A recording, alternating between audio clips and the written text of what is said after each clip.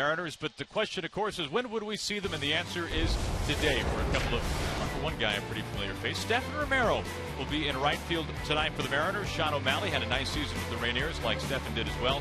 We saw O'Malley a little bit last year in the big leagues with the Angels. O'Malley will be taking Miller's spot in center field. Well, I think you first look at Stephen Romero. Had an opportunity to play a number of times last year here with the Mariners. Did not make the club out of spring training. I like the fact that he went back to AAA and put up those numbers, 292 with the 17 home runs.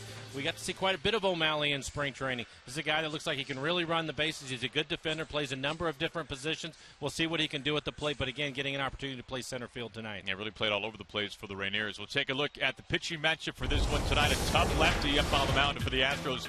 It's Scott Kazmir, the third best earned run average in the American League. Don't let the win-loss record fool you. He'll going up against Taijuan Walker, coming off back-to-back wins, both against the White Sox. Well, you're right. Taijuan's really been pitching well, and you can see 10 wins for Taijuan, his first time through the full season. I think for him today, look, you see it simple. Stay away from the walks.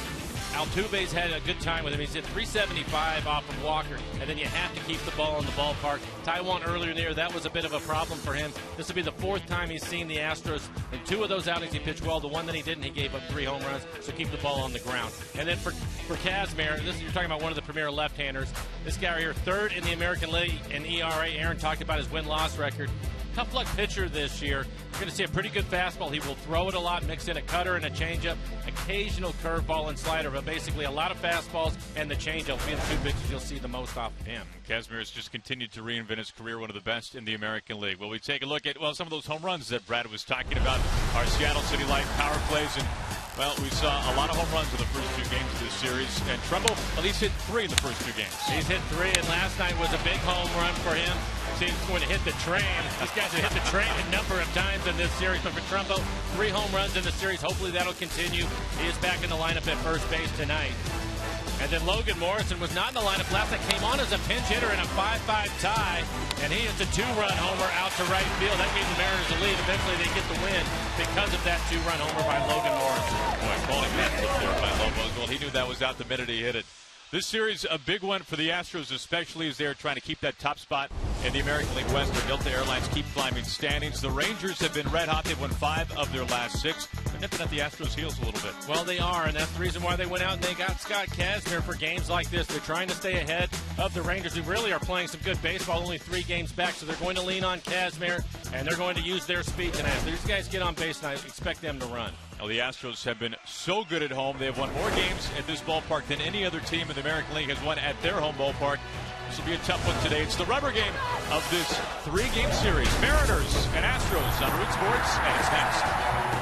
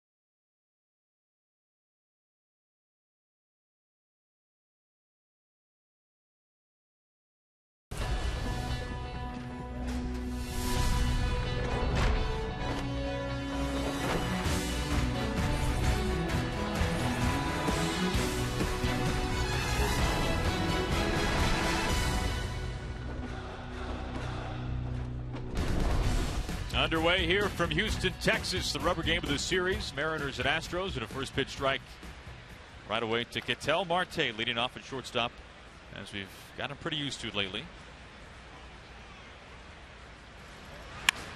Belted and a fair ball into the corner. Nice start for the Mariners and Marte, as he's got extra bases, a stand-up double.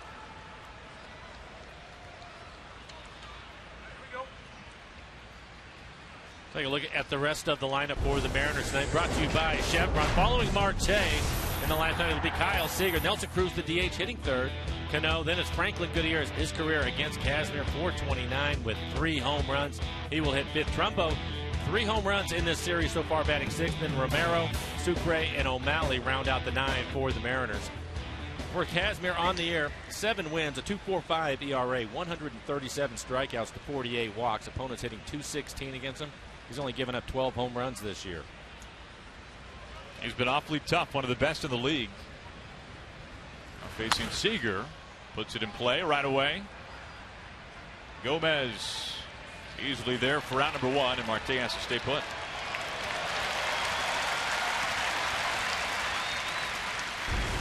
Take a look at the defense for the Astros, brought to you by American Family Insurance. Preston Tucker just called up. He is in left field. Gomez in center. Rasmus getting the start in right. Jed Laurie getting the start at third base. Correa and Altuve playing up the middle. Valbuena at first base, and Hank Conger will do the catching.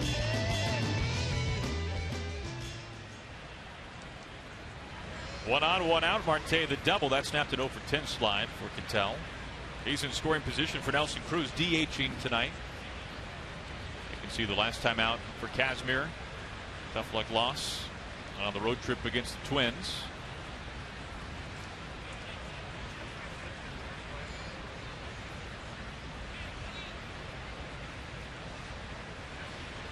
Mariners a chance early on here tonight against a tough lefty.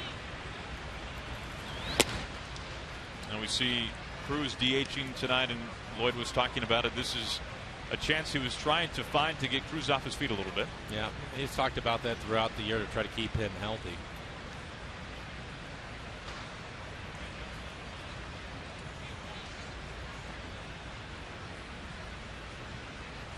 Keeping an eye on Marte, and it's 1-1. Well, Casimir, he has a good fastball. His fastball 91 to 94 miles an hour. Used to be 95 to 97. Doesn't have the same fastball anymore, but he will mix it up, use his changeup. Also has a cutter, slider, curveball. He'll use them all.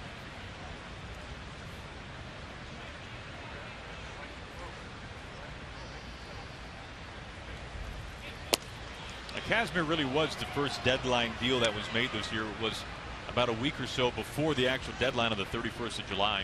And he's coming home to Houston, where he's from. He has a home here. This is where he calls his offseason home.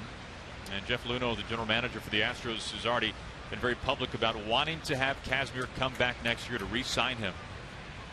This is not just a rental, as Marte is able to get into third base easily. The ball gets away from Conger. He was taking off on it. He'll get a stolen base. We'll take a look at it. Casimir basically just one looking him every time.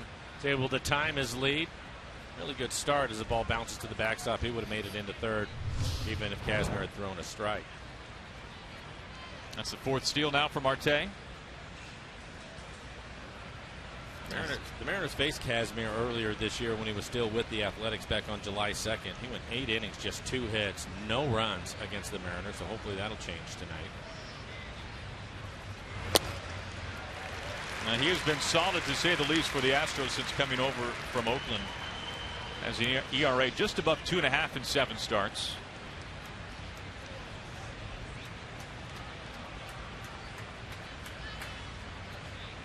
Mariners in this series 3 for 17 with runners in scoring position, and a couple of early at bats here tonight. Down on strikes, 2 outs.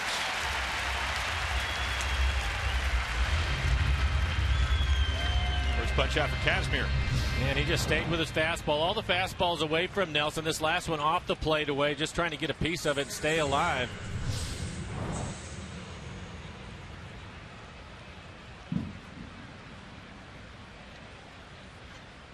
Now facing Cano, Robinson 9 hits in his career against Casimir. A third of them have been homers.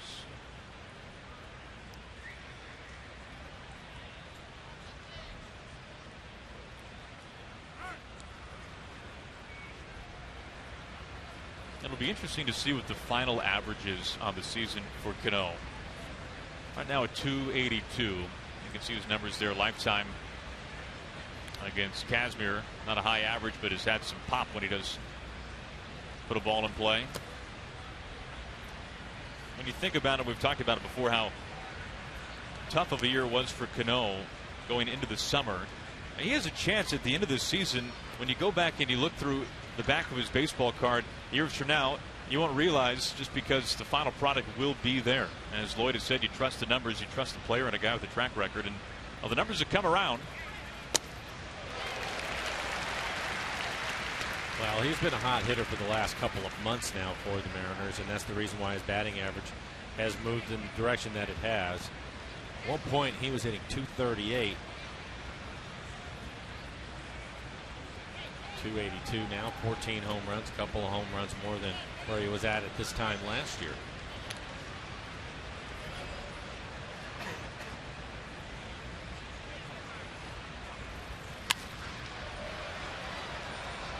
Kazmir, like Feldman last night, a guy with the case of the reverse splits, lefties hitting him better than righties.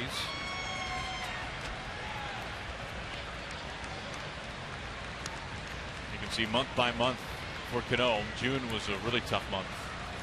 Although it's kind of starting near the end of June, he began to pick it up, although the numbers wouldn't reflect it in the overall 212 you see there. But then July and August just white hot. 2 outs, Marte at third base, the double and the steal.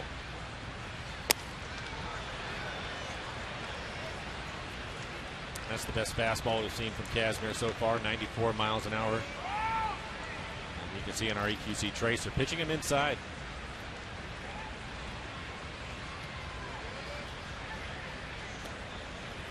Kazmir, a 3-time All-Star, including last year, his final full season with the A's.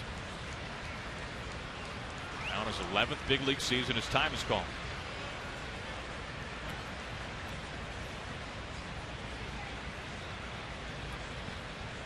With the win last night, the Mariners are now 3-3 on the trip. They split that 4-game series in Chicago. Chance for a series win tonight in Houston.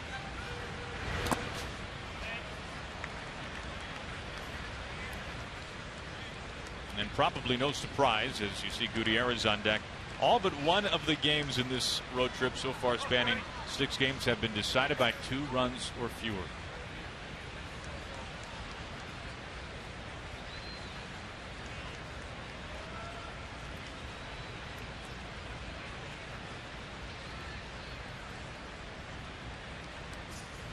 Marte 90 feet from home.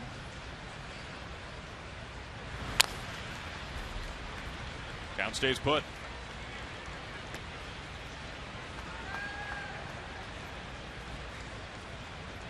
The win last night for the Mariners, only their 2nd in 9 games this year in Houston. This has been a tough place for the Mariners this season. It has been. They've had a hard time keeping the Astros in the ballpark. The Mariners scoring 7 runs last night, winning the game 7-5.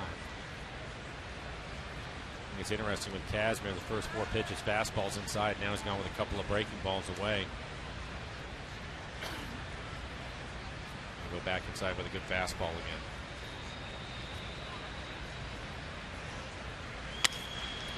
To Altuve. And an easy throw there, and the Mariners strand Marte, who led things off with a double at third base. 1/2 inning in the books. We go to the bottom of the first as Taijuan Walker getting set to take them out here in Houston.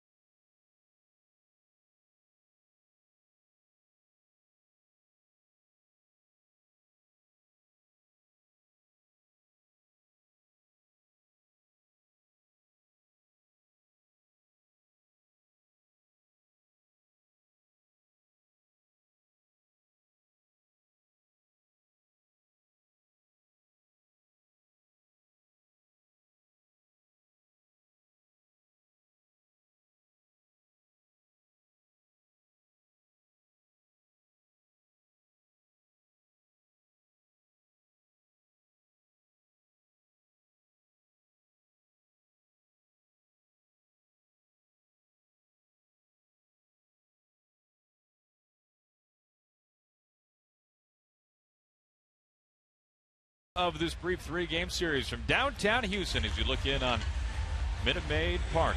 The roof closed, the air conditioning on. And Mike, how about we take a look at the starting lineup? It was penciled in by first-year manager A.J. Hinch.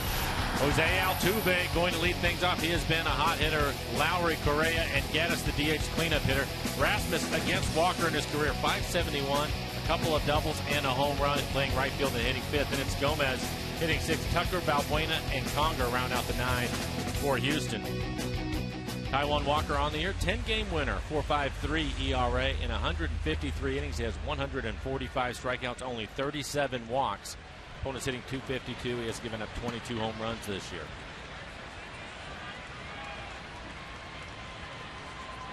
Now we'll take a look at the defense for the Mariners, brought to you by American Family Insurance. Gutierrez in left. O'Malley getting the start in center field. Romero is out at right. Seager at third. Marte and Cano playing up the middle. Trumbo, your first baseman. And Jesus Sucre will do the catching. Right away in play to Seager. Out number one. It's nice to have a quick and tidy out of Altuve, who, well, you don't want to let him get aboard. Leads the American League in steals. No surprise to see him swing. He's an aggressive hitter. Or Taijuan. He's had a good fastball this year. His average fastball is 94 miles an hour. At times he'll hit 97. You'll also see his changeup quite a bit, around 89 miles an hour. Starting to throw his curveball a little bit more. Well, it just would not be a game against the Astros, especially here in Houston, without Taijuan Walker. This is where he made his major league debut. And when you think about Taijuan, who just turned 23 not long ago, this is his 35th career start tonight. It's his 8th against the Astros. Truly, almost a quarter of his major league starts have come against Houston. Well, this will be his 4th start this year against him. A couple of the outings he pitched really well, and the one that cost him was the one he gave up 3 home runs in, so hopefully he'll keep the ball on the ground. Not an easy thing in this ballpark. Houston has been really good at home this year, 46-22 at home. That's the best home record in the American League. Lloyd McClendon, Rob Nodine out of the dugout. They're going to check on Sucre. Take a look at the foul ball. Protecting his right hand, he has it behind his back. Looks like it went off his forearm.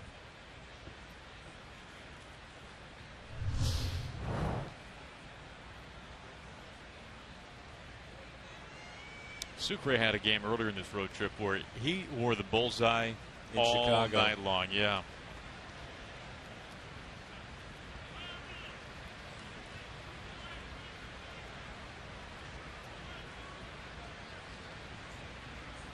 It'll be all right. Easy for us to say.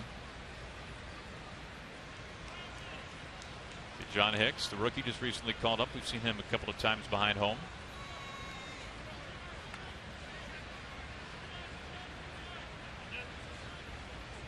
One ball and 1 strike to Jed Lowry.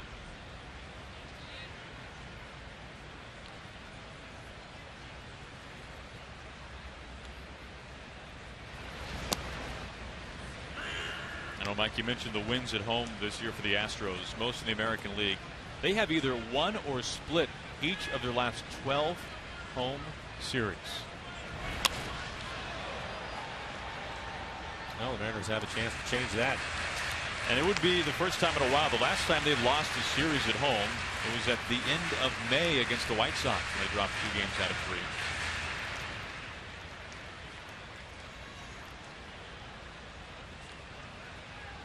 What a first year for A.J. Hinch and company. Marte and left. It'll be Goody instead. Out number 2.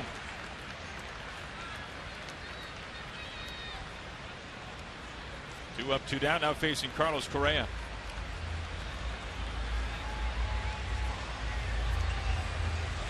Taijuan's only other start here this season at Minute Maid Park was a buzzsaw that he ran into. 8 runs, 7 earned over 3 innings. He gave up 3 home runs. But pitched well back in June, as Mike was talking about, against the Astros in Seattle. That was a tough series overall for the Mariners, that 4-game set early in the season here, not just for Taijuan. When you look at the Astros offensively, they are 5th in the league in scoring. And they get it done by hitting home runs. They are 2nd in the league in home runs and 1st in stolen bases. So a rare combination of speed and power throughout their lineup.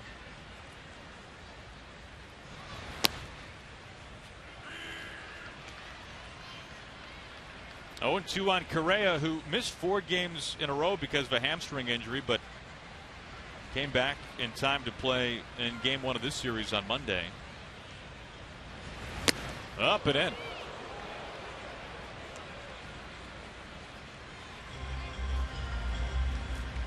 Well, after a couple of good fastballs on the outside corner, didn't want Correa diving out over the plate. Just straighten him up a little bit.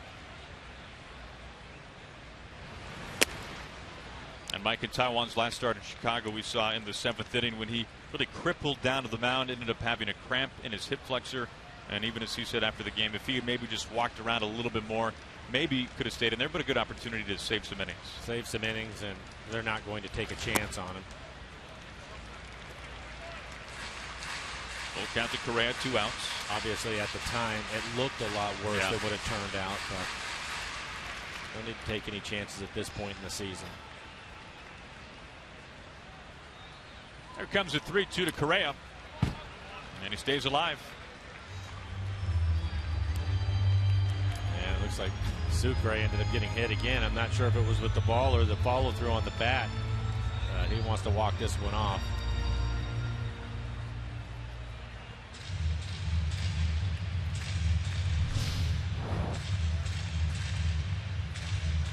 Right off his leg.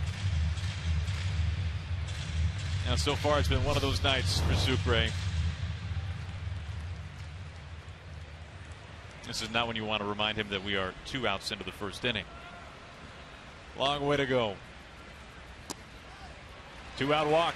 Pretty good pitch. Last 2 pitches, good pitches at the bottom of the strike zone. He didn't get the call on either one of them. You can see right there on the EQC tracer. Pitch number 6 and 7.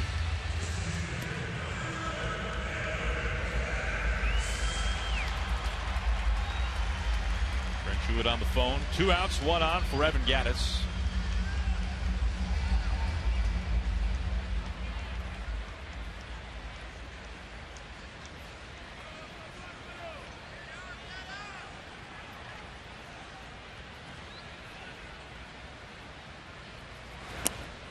You mentioned the home runs, Mike, and the stolen bases. The Astros are not a great on-base team. They're 10th in the league in on-base. But with the home runs, when they can get somebody on, that's when they become very deadly. No, you're right. They're also last in hitting. They strike out a lot.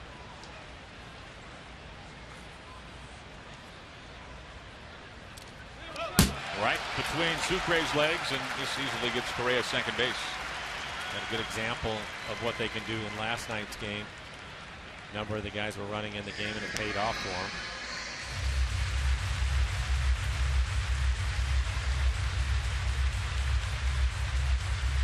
2-0 on Gattis. Not a guy you want to fall behind in the count. Does not hit for a high average, but 22 home runs, tying a career high. Hit 22 last year with the Braves.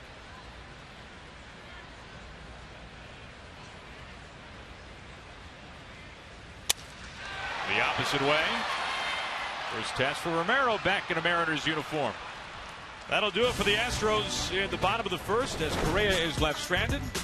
It is Dollar Dog Night here on a Wednesday from Minute Maid Park. Line them up. We go to the 2nd.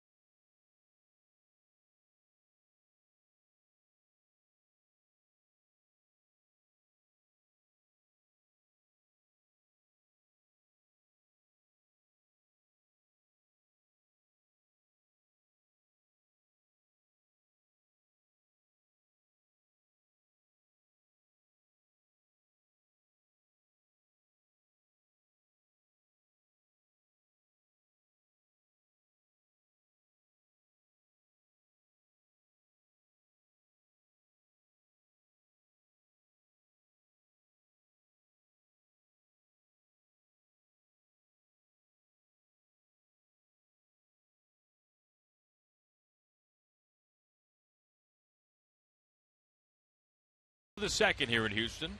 Well, kids, get ready to show off your speed when you head to Safeco Field on Sunday, September 13th for the final run around the bases of the season. Following the game, all youngsters will be invited to circle the diamond thanks to KeyBank.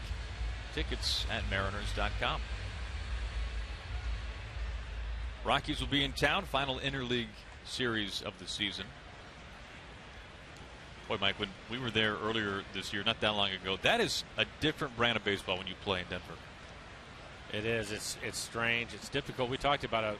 It's difficult to manage there. It's difficult to decide if you want to bunt or hit and run because you don't want to give away any outs at all.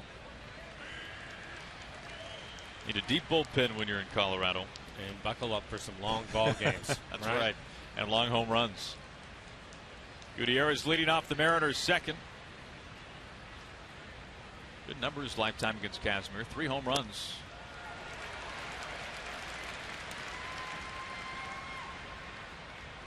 Kazmir has lost 4 of his last 5 starts with the Astros, but has really only had 1 clunker in that span. And he gave up 6 earned runs over 5 1/3 against his former team from years ago in Tampa Bay. He's pitched very well.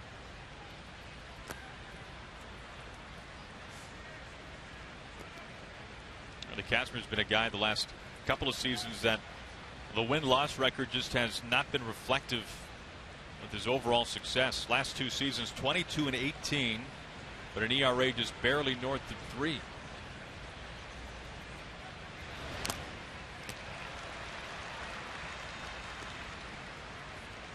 And you can see the change of speeds from Kazmir. He's topped out at 94, that last off-speed pitch at 73, and he has a little bit of something everywhere in between that.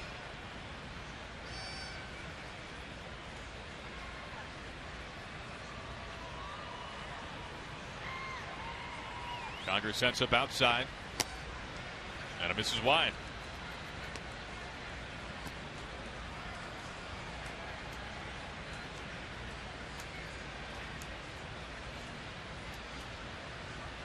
What a night it was for Goody last night. Reached base 3 times, scored 3 times, homered, drew a walk, and also singled.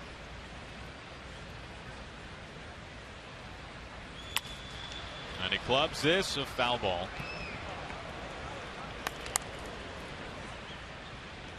Different stories all the time in this game, but I still find it amazing that Kazmir, 3rd in the American League in ERA, and it really wasn't that long ago that he was pitching for an independent club, almost out of the game.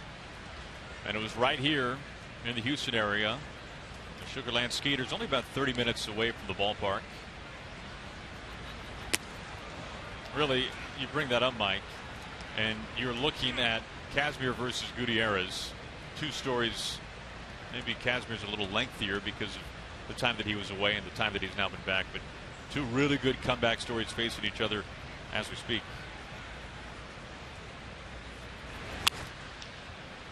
Really, if you go back roughly 4 years ago, you can make the case that Scott Kazmir was, well, maybe the worst pitcher in baseball. He had an earned run average just under 6.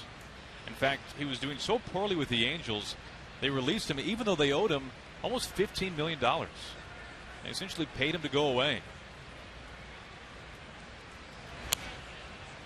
And as Kazmir has talked a lot about those times, you can imagine he has very publicly said that that was one of the worst moments of his life, when really he was of no good to the Angels at that point.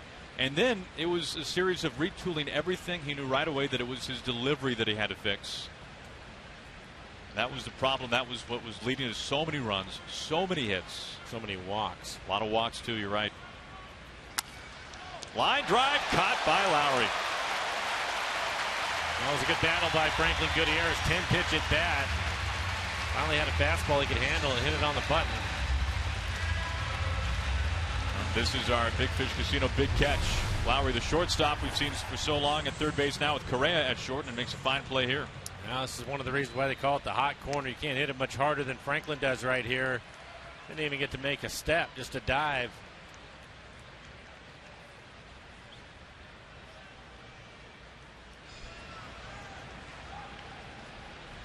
One out for Trumbo. Nothing. Top of the second.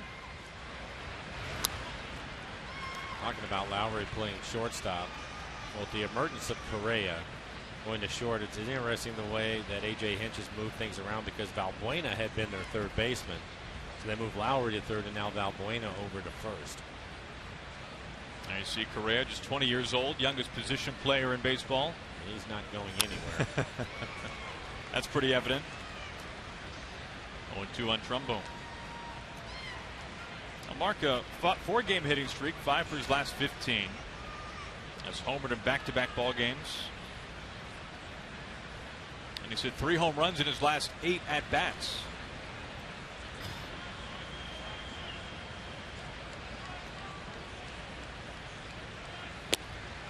Lloyd was talking about it a little bit earlier today, saying that from what he can see regarding Trumbo, he just sees a guy who's a little more at ease now, and a little more comfortable in his new surroundings.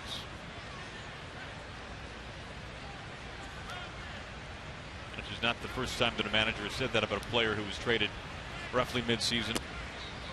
Well, I heard that exact thing from Brandon Moss. Brandon Moss hit a walk-off home run for the Cardinals. He had been with Cleveland, and they were talking to him about it, and he said, look, I tried to do too much early. He was really struggling, and just trying to be a part of what, this thing that's happening here. And he said that just trying to do too much, and he's just now starting to get comfortable. And everybody handles it differently, and you hope that they get off to a good start, but it's rare that it works out that way.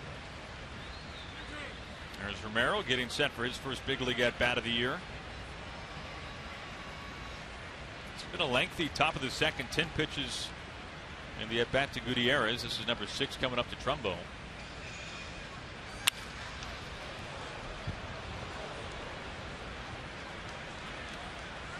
Gasmer mixing in a lot of changeups. Seen him throw the 3-2 changeups a number of times. In fact, he threw a 3-2 changeup to Gutierrez that he fouled off before he eventually lined out on a fastball. And again, the 3-2 changeup right there.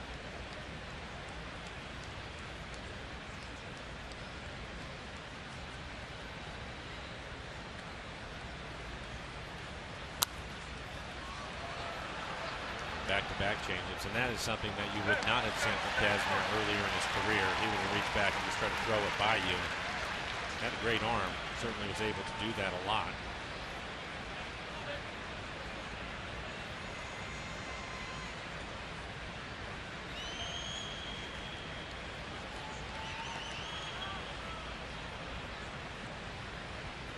And another 3-2 pitch from Kazmir, and this time he wins it.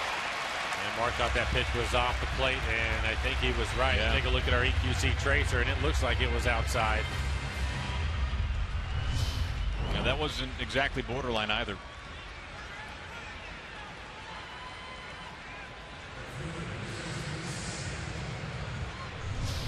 Strikeout number 2 for Kazmir. Out number 2 here in the second.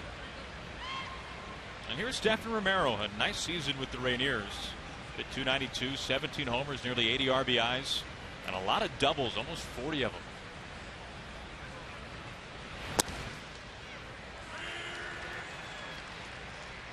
Romero getting the start tonight in right field. Sean O'Malley batting 9th in center field, both making their 2015 Mariners debut. For O'Malley, the first time ever in a Mariners uniform. We saw Romero a pretty good amount last year overall. Played in just over 70 games. Broke camp with the Mariners. 26 years old, out of Tucson, went to Oregon State, former Beeve.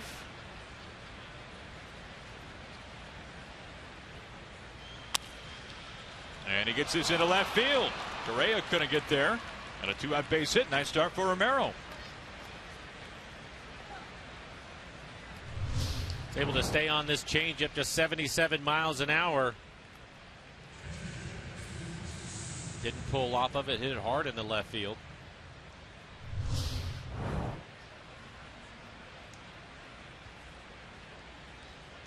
Two-out base runner for the Mariners, and it brings in Sucre. Finds himself hitting 8th. Normally we see him in the number 9 spot, but O'Malley is there tonight.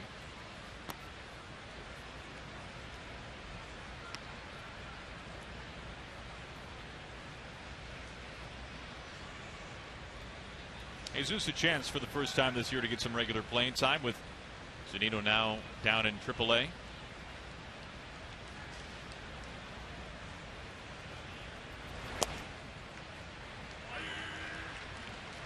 If you hadn't heard, speaking of the Rainiers, the Mariners making a little bit of a roster move today. Jesus Montero optioned down to Tacoma, and we'll see him back here on the 8th when the Rainiers season comes to an end, but a chance for Jesus to get some more regular at bats. As Lloyd said today, had gotten a little rusty, been on the bench a lot, just the way that the lineups had unfolded.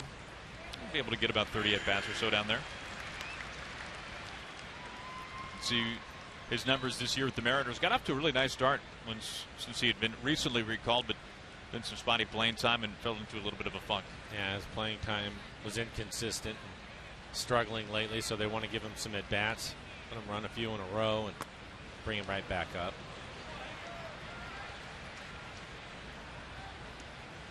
Conger doing the catching tonight for the Astros. Last night we saw Max Stassi, although Conger came off the bench late. Jason Castro on the disabled list with a quad injury, but reports are that he is healing quickly. The Astros hope to get him back soon. Romero the single with 2 outs. He's at first. And a close pitch there. Well, we saw it with Taijuan Walker and now with Kazmir. Home plate umpire Ted Barrett is not giving that low strike.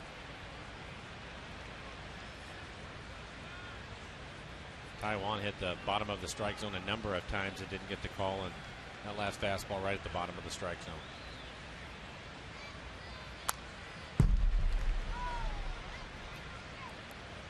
A lot of foul balls and a lot of pitches this inning for Kazmir.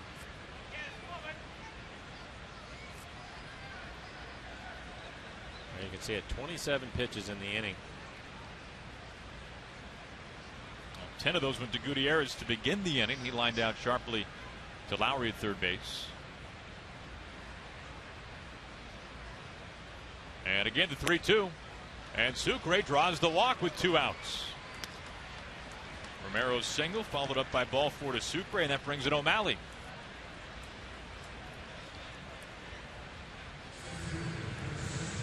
First at bat in a Mariners uniform here for Sean O'Malley, making his Mariners debut.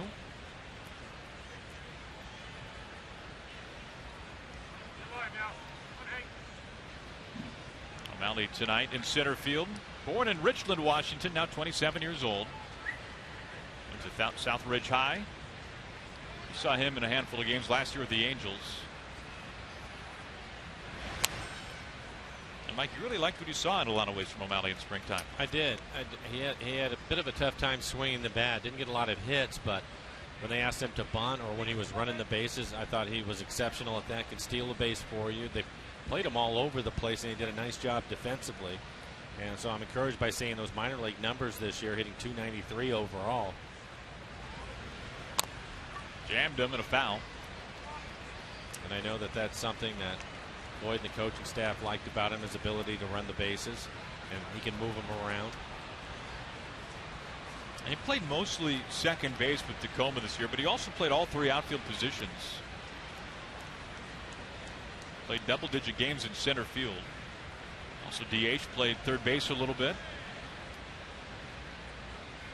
For O'Malley, this is only his 17th major league at-bat. Runner breaks to third, ground ball, base hit. Romero makes a turn easily and scores.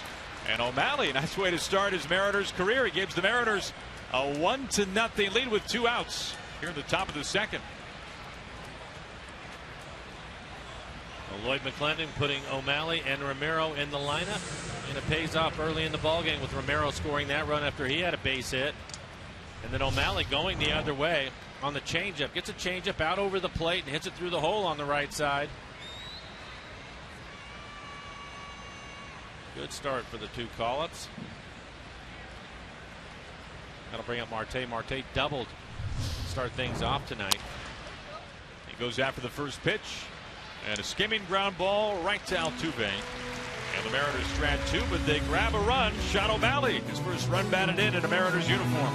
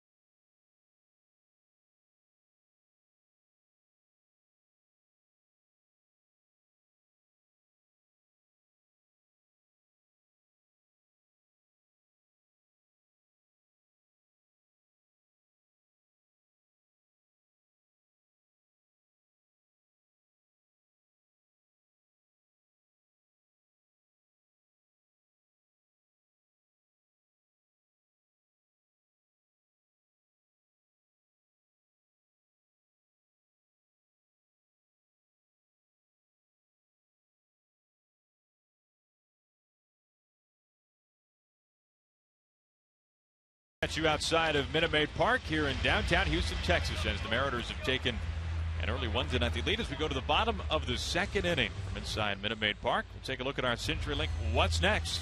And you're almost making his second start in the Mariners rotation, going up against Aaron Brooks, just coming over from the Royals organization and the Ben Zobrist deal. And then the King, who had his start skipped here in Houston, facing Jesse Chavez. We saw Felix Dubron on the last homestand. Will face Kuma. Colby Rasmus leads off the bottom of the second inning. Mariners have given Taijuan Walker a run.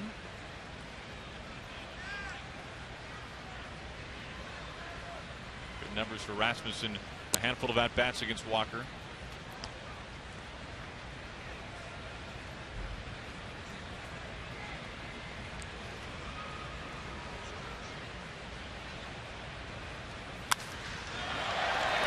Way on a line, back to the wall, and it bangs off the scoreboard.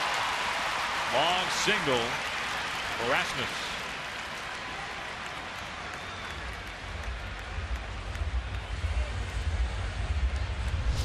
Looks like a fastball, and it is. Fastball at 91 miles an hour. Had it at the knees, didn't quite get it to the outside corner. Good play by Gutierrez to hold him to a single.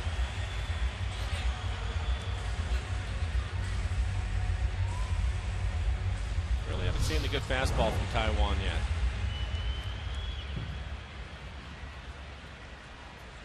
And that neighborhood 95, 96, what you're looking for? Yeah. Up and in, that gets Gomez.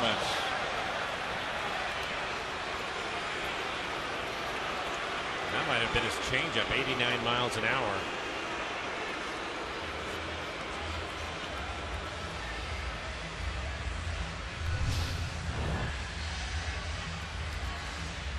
Take a look at it.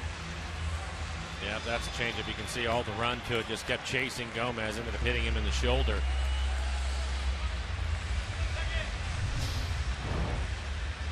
Well, Gomez is happy that he didn't see the good fastball there. That could have been a lot worse. So right away, 2 on and nobody out for Preston. Tucker just got recalled today, put in the starting lineup. We saw Tucker earlier this season. He's played in about 80 games this year with the Astros, so a little bit of a familiar face here in Houston.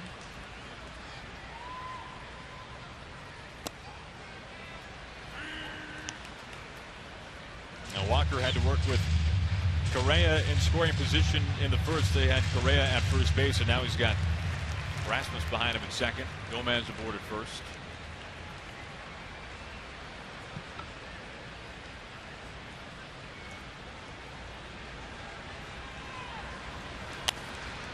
Tucker pops it up, and it gets out of play, foul.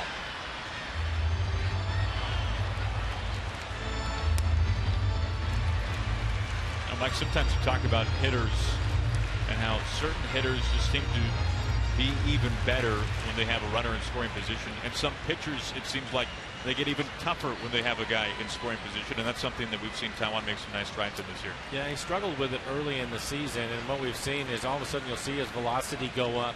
Do a better job with his changeup down in the zone. Missed with a breaking ball right there, one of the few that he's thrown. But I think that you're right. He's been much better at that. At one point this year, the league was hitting almost 400 off of him with runners in scoring position, but he's turned that around. And through a lot of conversation with that man right there, Rick Waite's pitching coach for the Mariners.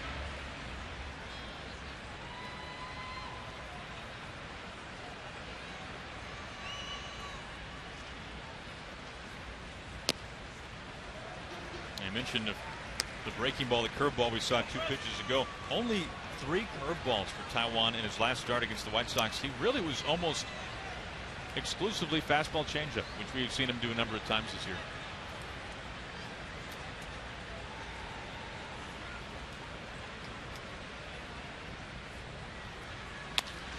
Line drive right field and a base hit. Rasmus steams to third. Romero's throw to the infield. We're all tied up. Rasmus scores from second base.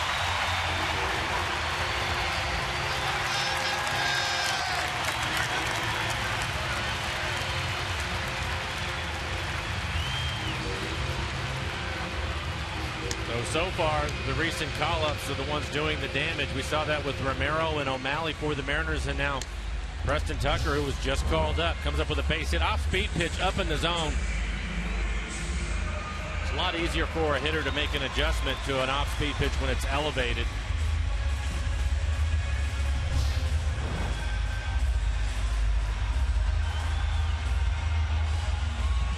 Gomez goes first to third. He was hit on the pitch from Walker, the first pitch of the at-bat. So Taiwan working with runners on the corners, and a dangerous hitter in Valbuena. Valbuena's already set a career high in home runs with 22. He's hit 6 of those home runs against the Mariners. The most home runs he's hit against any team this year. So he's taken Taiwan deep once.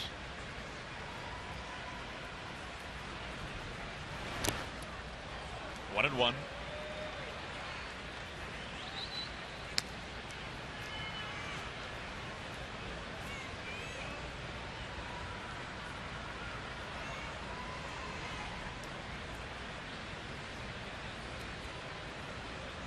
Look up and down the lineup. The Astros have 7 hitters in their lineup tonight with double-digit home runs, and Conger's got 9.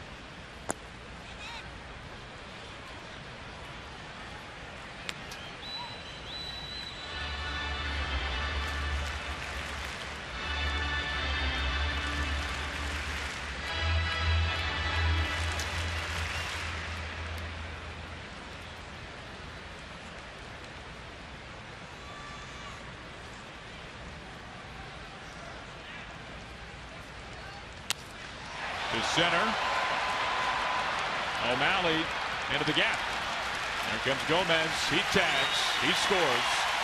And it's 2-1 Astros.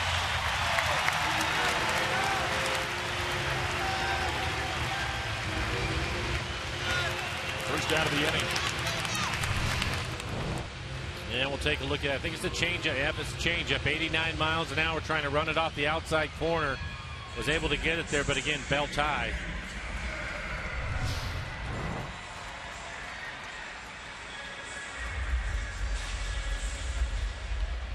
That's the trend so far, Mike, elevated? Yeah, a lot of pitches, especially his off-speed pitches, up. There's a curveball at the bottom of the strike zone, 73 miles an hour.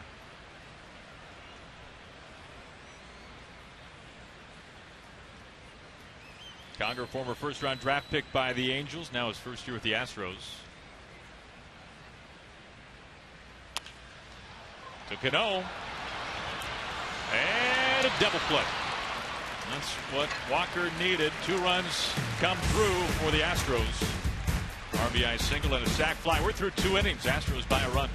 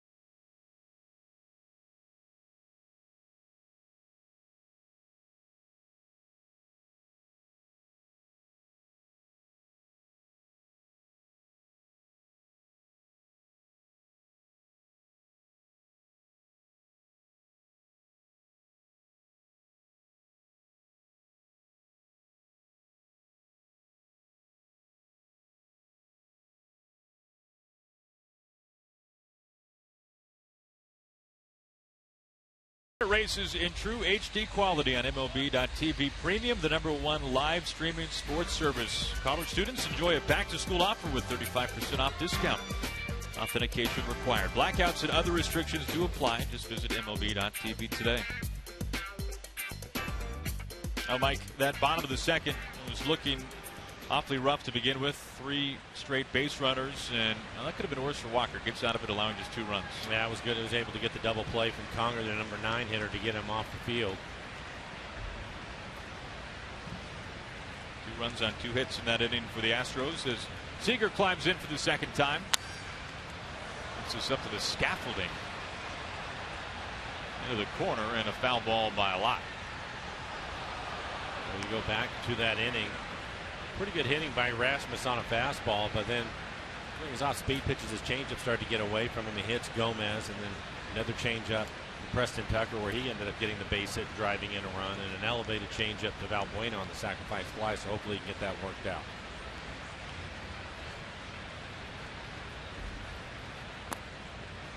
One and one. Nice try. Come on.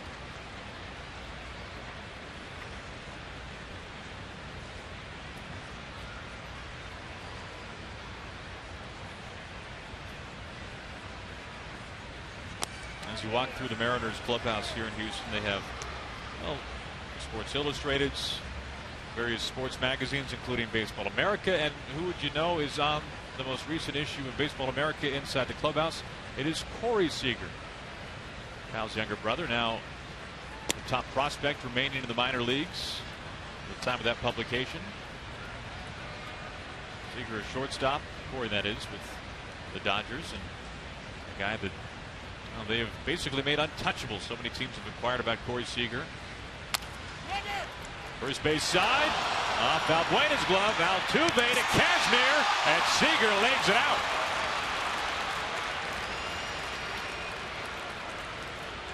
That will be an infield hit for Kyle. Good effort by Valbuena, the first baseman.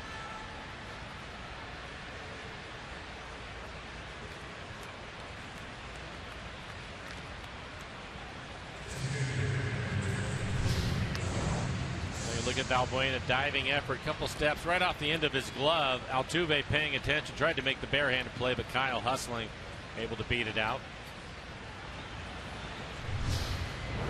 Mariners have the leadoff man reach for the second time in the first 3 innings. Marte began the ball game with a double, and then swiped third base, but was left stranded. For Nelson Cruz in his first at bat, Kazmir threw him a lot of fastballs, but they were all away. And very careful. He was either going to hit the corner or it was going to be off the plate.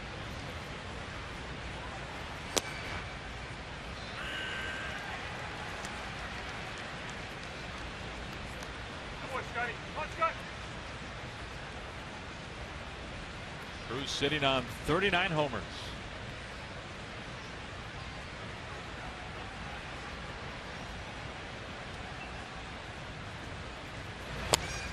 And it's 1-2.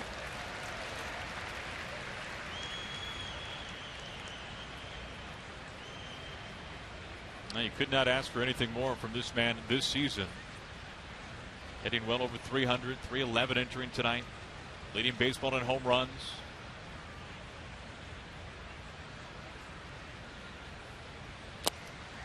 And Cruz down on strikes.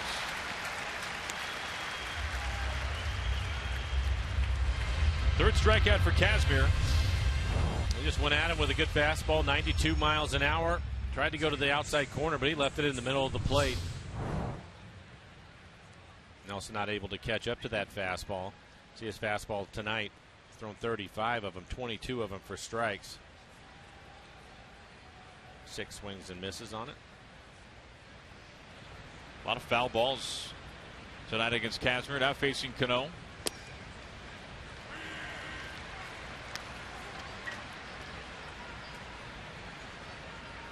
We have seen a little bit of a rough strike zone early on tonight on both sides, it seems, though. First pitch slider looked like it was off the plate. Conger sends it away again.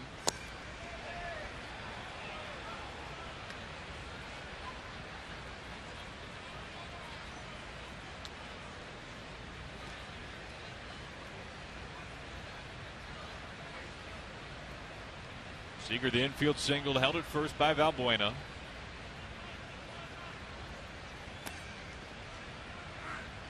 When you look at Kazmir's numbers this year, we mentioned third in the American League in ERA. Interest tonight at 2.45. Kazmir has not won a game all year when he's allowed more than just one run. That includes his time with the A's. This year, when Kazmir gives up more than a run, he's 0-9. Twisting pop-up. Lowry, plenty of time for round number 2. And Mike, that kind of gets to the general discussion of the importance of wins and losses. And really, to have the most logical approach to that conversation, the easy way to say it is that sometimes the wins and the losses, they do stack up in terms of the quality of the pitcher. Sometimes a pitcher with a lot of losses deserves a lot of losses. In Kazmir's case, not at all true. Well, there's so many different factors that go into it. And as you mentioned, he may be going out and doing his job, but if it's a lack of run support, or maybe he leads with a lead and the bullpen gives it up, there's a lot of factors that go into it. Because we've had this. And sometimes it's just that given year where you just can't catch a break. And you're that guy. And we've seen that with Felix a number of times. 2 outs for Gutierrez. Because we've had the conversation just casually, Mike, about, you know, you look at the guys who are among the win leaders in baseball. I'll just take Keuchel, 16 wins. It's kind of funny how he's maybe the Cy Young winner in the American League, and he's got 16 wins. Yeah. Maybe not ironic. So sometimes they do jive, but not always. Just look at Felix's Cy Young year. I think Kazmir getting frustrated again. You can see the first pitch that was called the ball was a cut fastball, and Ted Barrett didn't give it to him. He's frustrated by that. 2 outs, Seager at second. And Seager on to second base. Pardon me, Seager at first. Now it's second. And that will be a pass ball, I'm sure.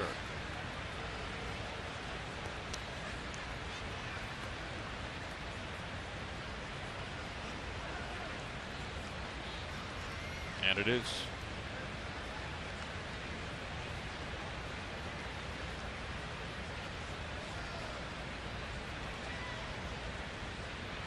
So Goody now ahead of the count, 2-1.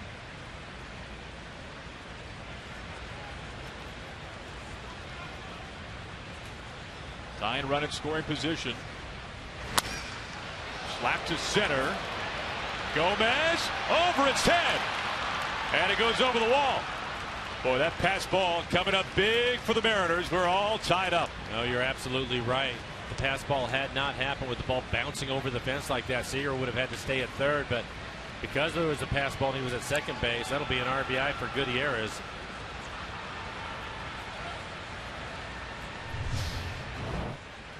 And we'll take a look at it. Right in the middle of the plate, and he hit it hard. Looks like it bounced right off the warning track over Gomez's head. Gomez, he can go get it with the best of them, but that was a solid line drive. And this is the only ballpark in baseball when you can say it went up the ramp and over the fence. Good point. And it does. And as that brings in Trumbo.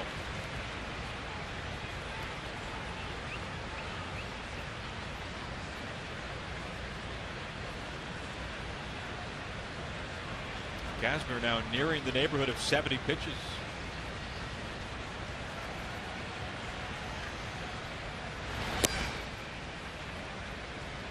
This is similar to what we saw from Feldman before he ended up having to leave the game last night. A lot of pitches.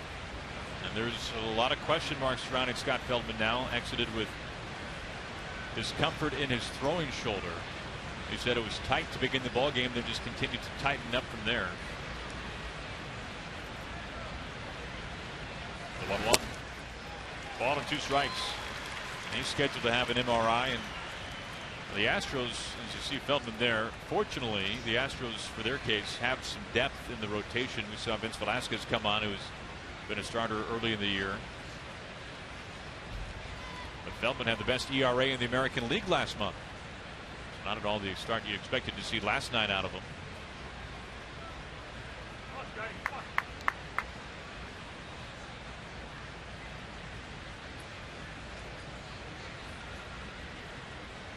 Long inning, 20 pitches for Kazmir. And a lengthy second as well. Goody the ground rule double. And now the 1-2 to Trumbo. He looks at strike 3, and it looks once again like it was off the plate. Well, he was caught looking earlier. He's not happy with the strike zone. That's been an early trend. We're all tied up. Mariners 2, the Astros 2.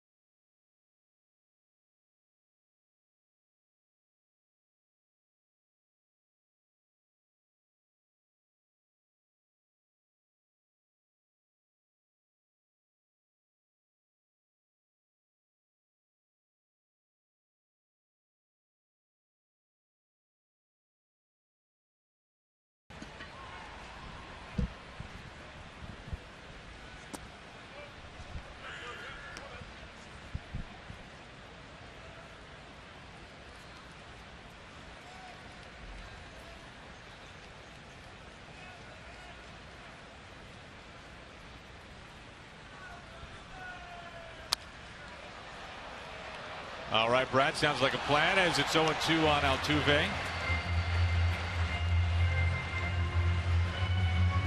Taiwan got Altuve to bounce out to Seager on the first pitch in his last at bat.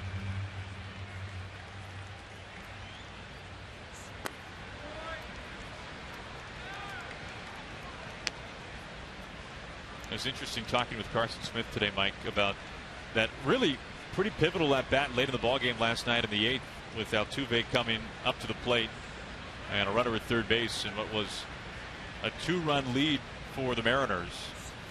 And hearing Carson just talk about how you approach a guy like Altuve, because Carson is well aware that, as we've talked about, if it's anywhere near the strike zone on Altuve, he can get a piece of it and can maybe leg it out for a base hit. And he was basically saying just how fine you have to be with your command and your location when you're facing Jose Altuve. Well, and I like what Carson did last night. He went to his best pitch, was able to get out of that inning last night, and he ended up with 3 strikeouts in a row. Altuve waits back on a curve, backhand, strong throw, and it's in time to get Altuve. That's a rifle from Marte. I'll take a look at we'll tweet your hashtag, use the hashtag RTNWDataStrongFan, and you just might see yourself in an upcoming broadcast brought to you by T-Mobile. It's one of the few times that we've really seen Marte put a little extra on it. It was because Altuve was flying down the line. What a strong arm he showed right there. Had to put a lot on that to get Altuve.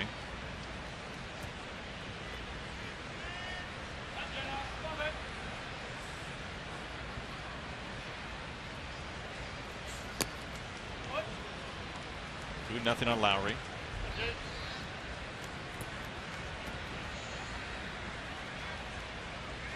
Take a look at Taijuan Walker and his fastball. He's thrown 20 fastballs, 12 of them for strikes, 9 swings.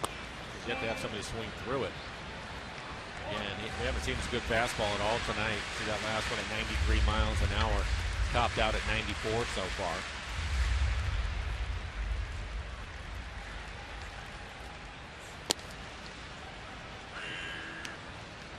And a strike that time at 93.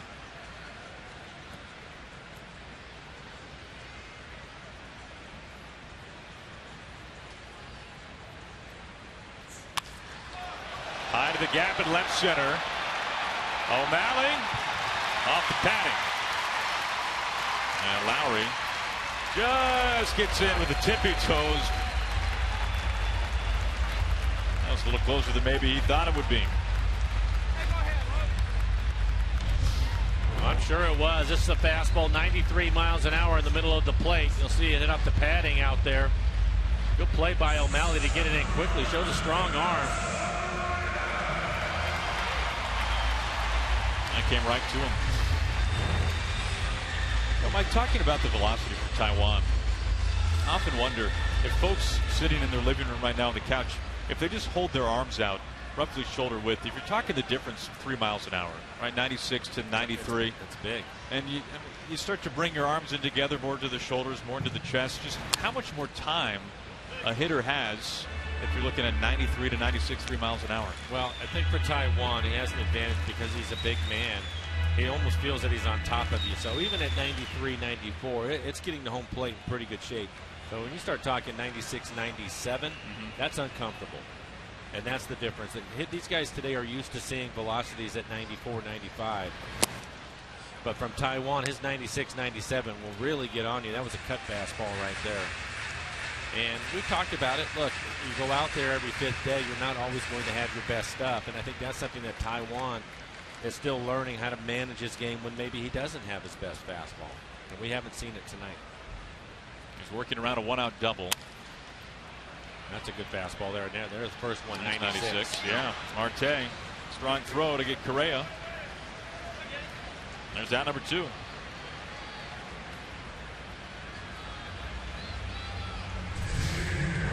Well, easily his best fastball at 96 ends up jamming him, and you can see Marte comes up. A little bit of a bobble, but he does this right thing. Just keep running towards your target, cutting down that distance, and eventually gets him by a step. 2 outs, 1 on for Gaddis. Lowry to go ahead and run at second base. And this is into right field. Lowry to turn. And the Astros have taken the lead right back.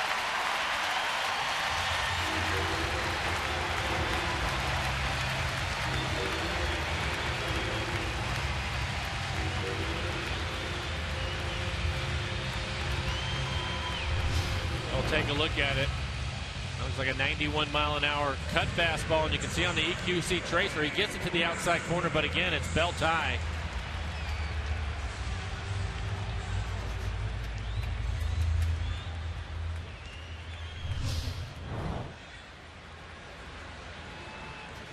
Rasmus 1 for 1, a single and a run scored earlier. Singled out to left field, hit a fastball off the scoreboard and left.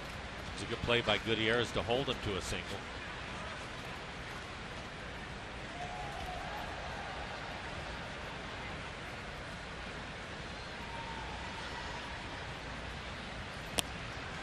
That's right through it, 0-2. We showed you the numbers. We haven't seen that tonight. Swinging through his fastball, Aaron, and you were talking about velocity. If he was 96 to 97, we would have seen more swings and misses. He's ahead of Rasmus, and he finishes him off. Sucre able to hold on to it, and Walker is able to dance around with Gaddis at first, but he brings a run in as the Astros have taken the lead back.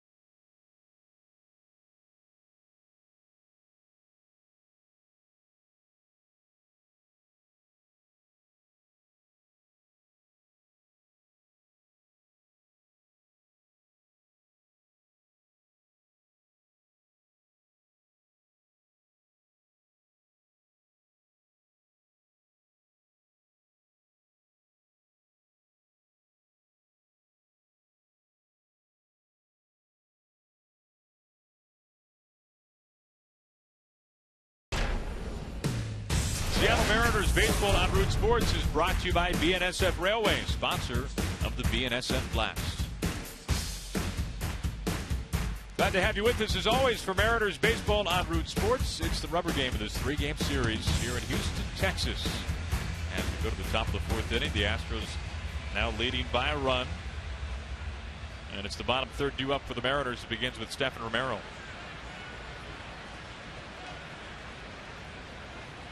Romero singled and scored back in the 2nd inning.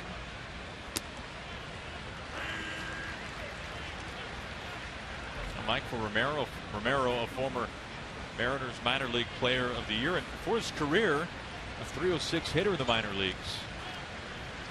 And nearly 40 doubles this year. And it seems like for Stephen, the next step is just being able to hit, well, it might sound simple, but it's not, being able to hit major league pitching, because others, it might only be one level up, AAA to the big leagues, but there's a pretty big gap. Yeah, there's not much more for him to prove at the minor league level, that's for sure.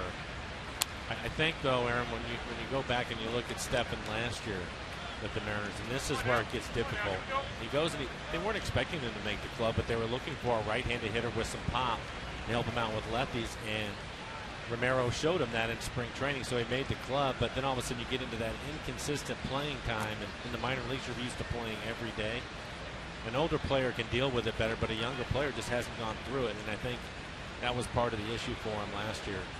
But that's why I was saying I was happy that he went back to AAA this year when he didn't make the club, and was able to put up numbers so he could get back here and get an opportunity to play. That's got to be the hardest thing to do, right? Yeah, it is, and you don't realize it until you have to go through it, but it's tough to keep your timing. You feel the pressure of it anyway, and you're trying to do everything you can to stay up here, and you're thinking about all those different things instead of just the job that you have to get done on a given night when you get that opportunity to play. And I think once you've gone through it, I'm sure that he went back and reflected on all of that. And you go down, you put up the numbers again, and here he is. And look, it happens to a lot of players. The majority of the players have to go back. Kyle Seager went back to the minor leagues. It happens. Now you just, you're going to get another opportunity to make the most of it. 2-2.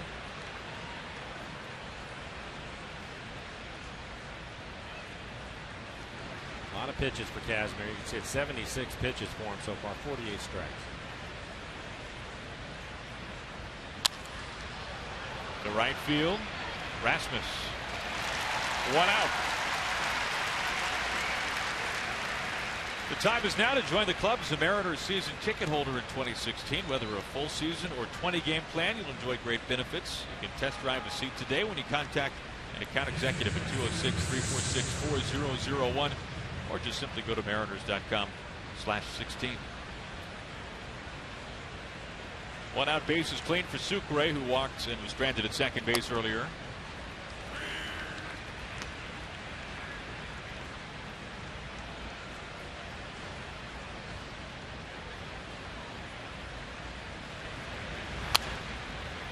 Oh, 2.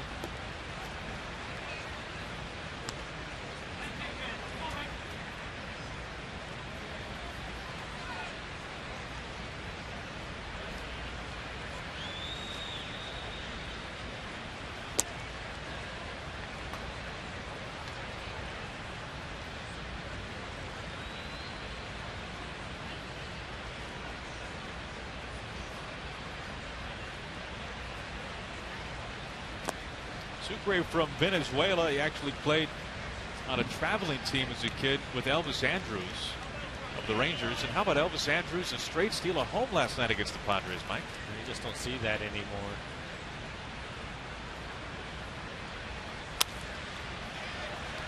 Soft pop-up. Rasmus hustling in right in front of Altuve. 2 outs.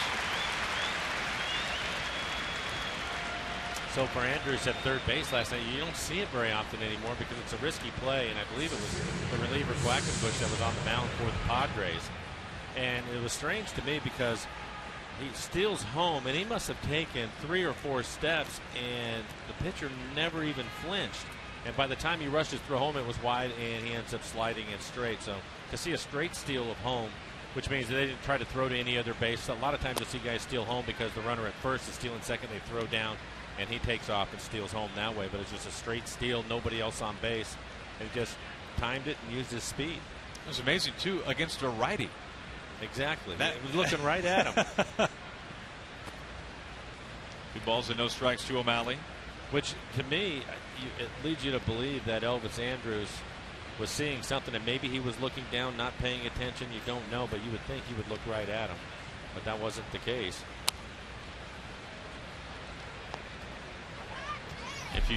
And of course, for the Rangers, those are important runs. They're 3 games back.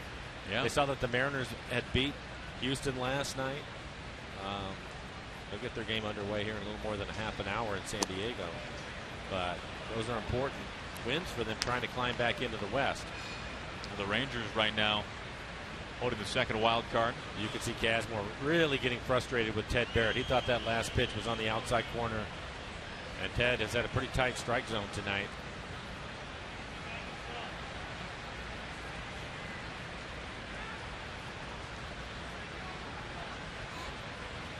For both sides, he's done the same thing to Taijuan Walker.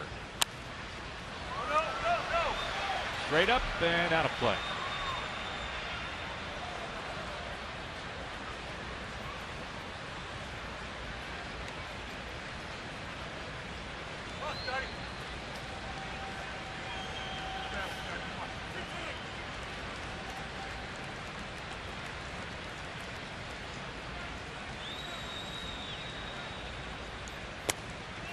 And a walk there with 2 outs.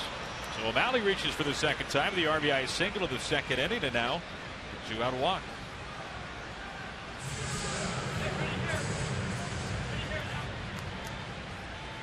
Almost 90 pitches now from Kazmir.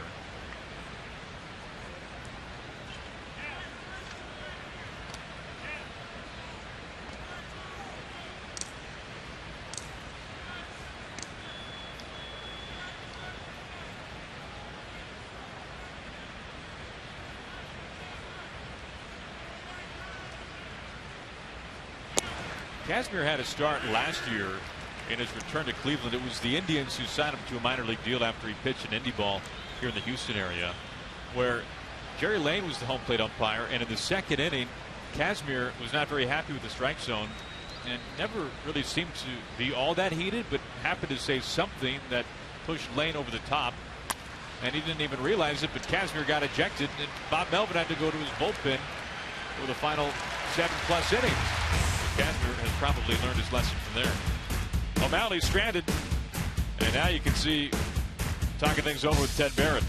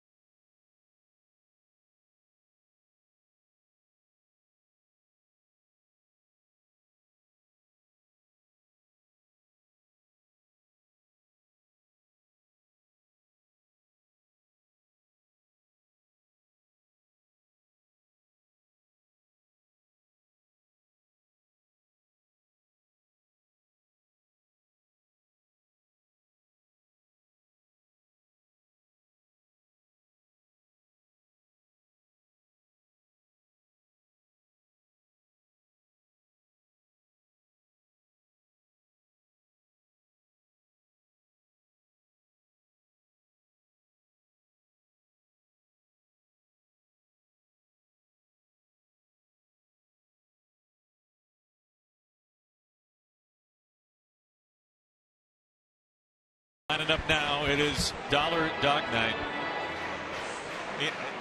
Only spend $4 at a time. Well, I hope you got a big group with you.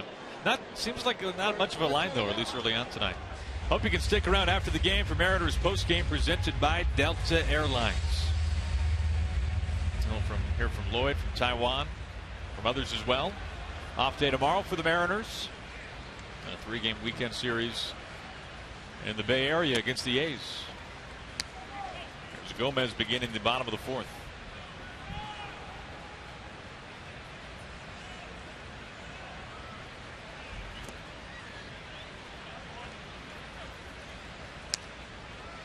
Taiwan behind 2-0.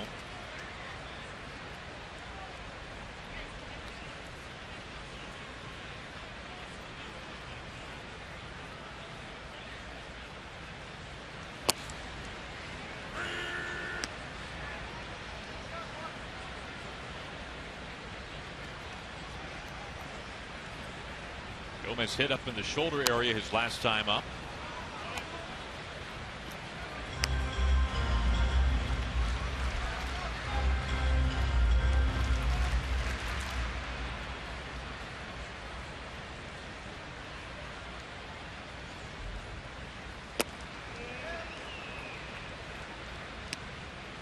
And one of the better fastballs we've seen from Taiwan, 95 miles an hour just off the outside corner.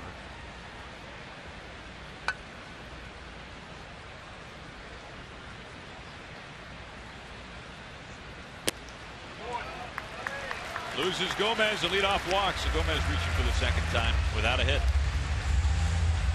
We'll take a look now at our Geico This Date in Major League history. This one's a lot of fun. Astros and Cubs combined to use 53 players. How's that even possible? In an 8-7 Astros victory, nearly 20 innings. Boy, Nolan Ryan versus Jamie Moyer. Greg Maddux was hung with the loss.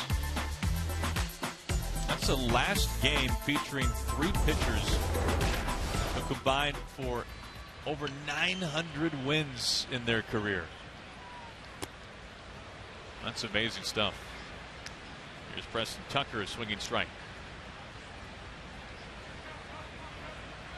Those 3 combined for nearly 950 wins in their career. The most by any 3 pitchers who all pitched in the same game since, we have to go back to 1914.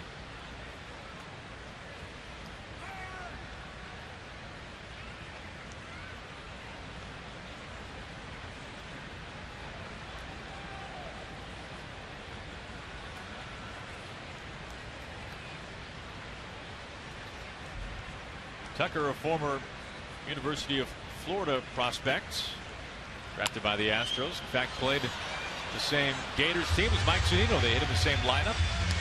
Oftentimes following one another on the lineup card. And he had a base hit his first time up, drove in a run. A changeup up out over the plate and a line drive into right field. Gomez the man at first. Walker ahead 0-2.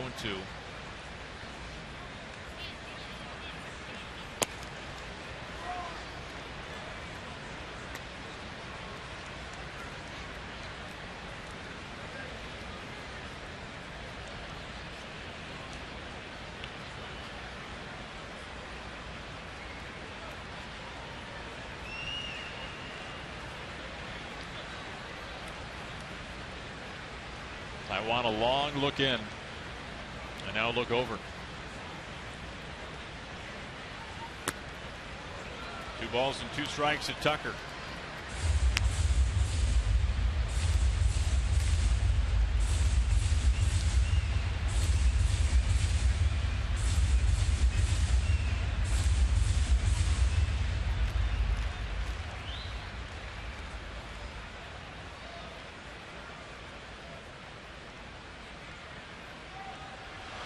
Gomez caught in between. Marte back to Taiwan. And there is out number 1. That wipes away the leadoff walk. And you can see Gomez leaning. Quick move by Taiwan. One thing that I would like to have seen is if Gomez would have had a little more speed going the other way, see if Taiwan would have been able to catch him. I think he would have. I think you're right. Gomez can really run, but I think Taiwan might have run him down. I think you might be right. 1 out, now nobody on. 2-2 count to Tucker.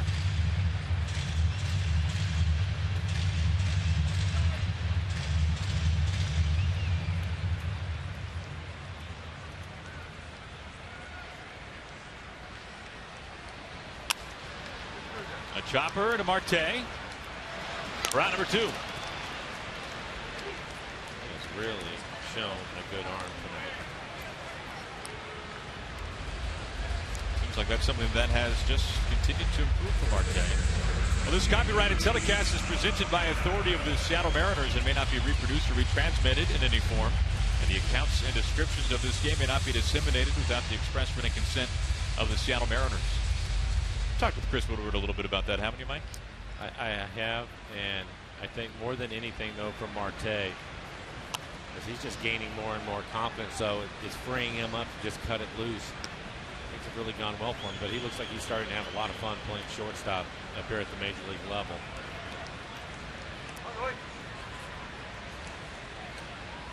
Mentioned me talking to Chris Woodward. He said the biggest message that he sends to him all the time is to continue to work, and we've seen that. He doesn't want him to be complacent as a young player. Get your work in every day, and Chris Woodward puts him through the paces.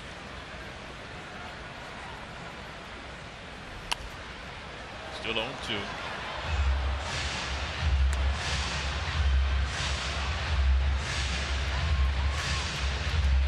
Really, it is hard to imagine, and we've mentioned this from time to time, for a young shortstop, a rookie shortstop, to be between Seager and Cano. It's tough to think of better 2 veterans to learn from on either side.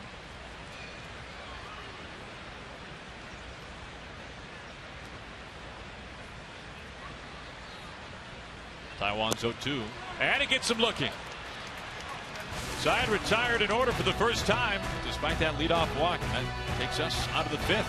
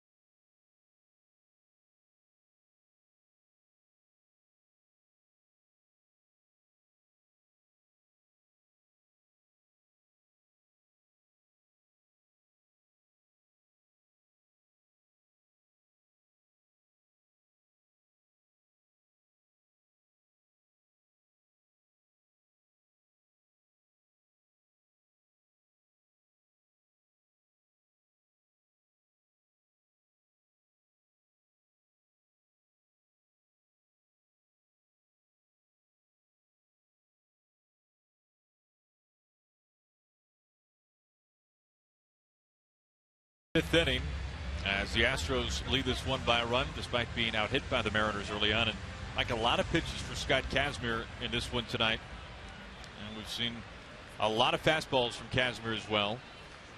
We know that he likes to throw his cut fastball in particular. So face Seager to begin things here in the Mariners' 5th. Well, probably more, really, for him tonight, he's been really frustrated by that. As Kyle hits a fastball hard. Actually looked like maybe it was a slider that he hit down into the corner on the first pitch. Just fair, and for Seager, a 2-hit night so far. 2 for 3, the infield single, now a double. I'll thumbs up. That's great. And we'll take a look. That's the Little League Seager right there. Yeah, that was the breaking ball.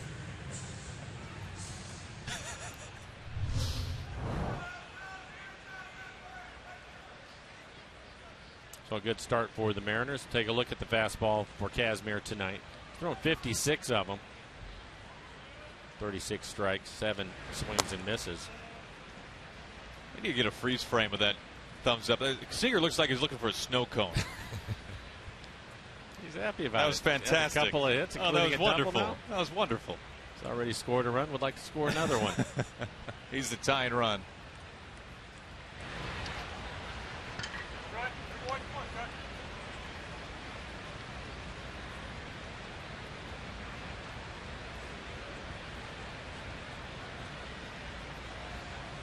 Cruz has struck out twice tonight.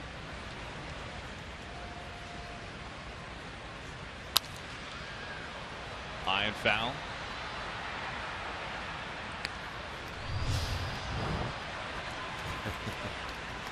We've seen all kinds of hand signals back towards the dugout and at times the bullpen. That may be the most simplistic one after a Mariner double.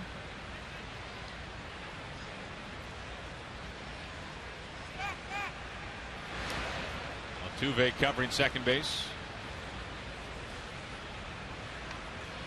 Jack Qualls beginning to loosen up.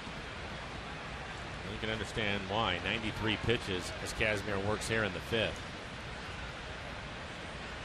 For as well as Kazmir has pitched since coming to Houston, he has had a little while ago a string of starts where he didn't really pitch all that deep.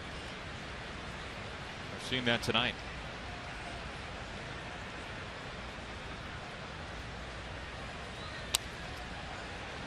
Cruz falls behind 1-2.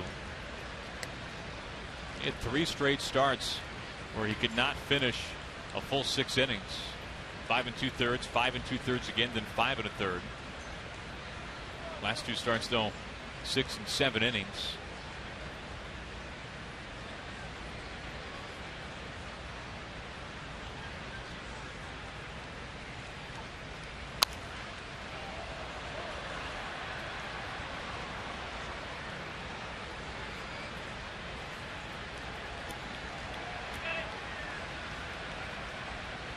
The Mariners so far tonight 2 for 7 with runners in scoring position.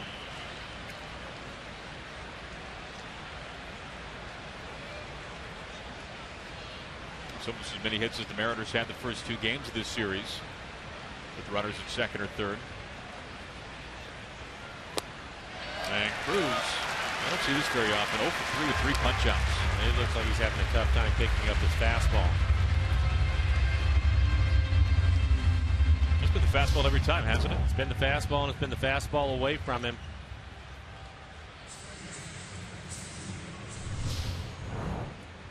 That'll bring up Cano. Cano 0 for 2. So 3 of Kazmir's 5 strikeouts have gone to Cruz. And Mike, with that velocity, 92, 93, it leads you to believe that there's got to be something. Well, one, he has late life to his fastball. Okay. It gets on you pretty good. And the other part is sometimes you just don't pick it up early enough. And there are certain guys, for whatever reason, that happens. And it looks to me, all those late swings, even when he was fouling balls off, they were all over the Astros dugout late on the fastball. Conger out for a word.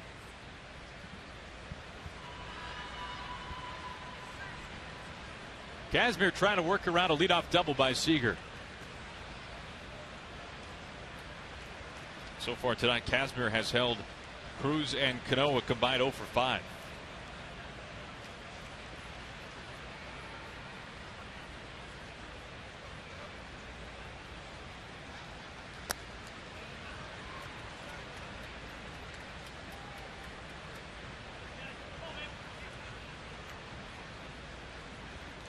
Kazmir nearing 100 pitches now.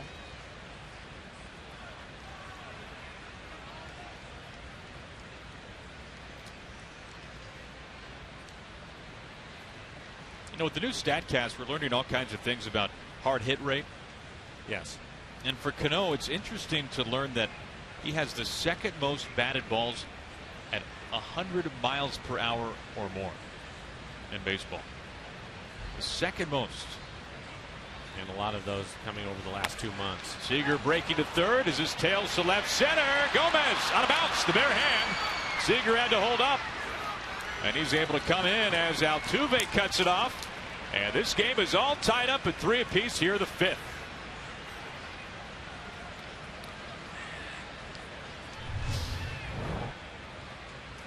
And we'll take a look at it.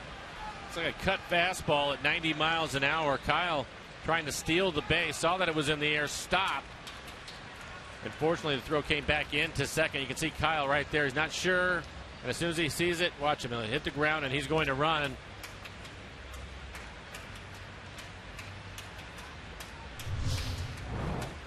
And that's going to be it for Kazmir. Well, Kazmir cannot complete a full 5. He goes 4 to third, and he exits with the go-ahead run. Cano at first base. Chad Qualls coming in. Will step aside.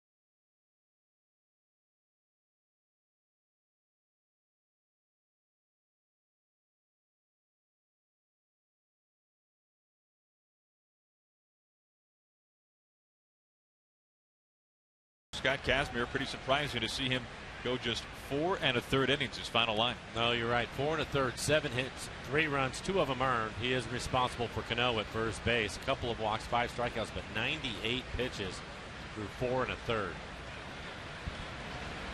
Chad Qualls on. He faces Franklin Gutierrez right away. Fires in a strike. And for Qualls, his 50th appearance, ERA just over 4. He's pitched much better than that lately. In his last 20 games, he has a 2.60 ERA. Opponents hitting 219 off him. He's given up 5 home runs. For Kazmir, tonight marked his shortest start as an Astro. After being acquired around the deadline.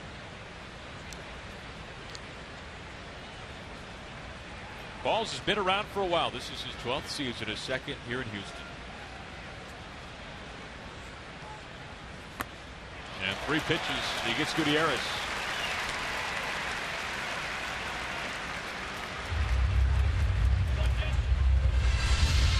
Take a look at this last pitch. You can see Conger set it down and away, and he gets the split there after a couple of fastballs, 87 miles an hour.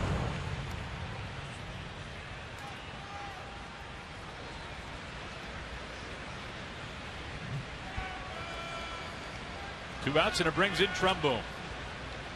Mark 0 for 2, a couple of strikeouts both looking. And in his at-bats, he has not been pleased with some of the calls from Ted Barrett, the crew chief and home plate umpire.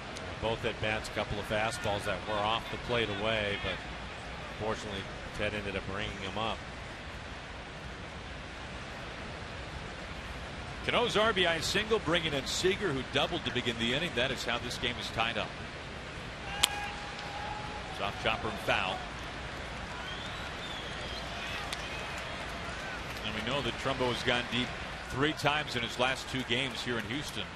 Game 1 and 2 of the series. He's homered 6 times in his last 11 games. Starting to see that Trumbo pop that we saw for so many years when he was in Anaheim. Banging home runs off the rock garden out there in center field.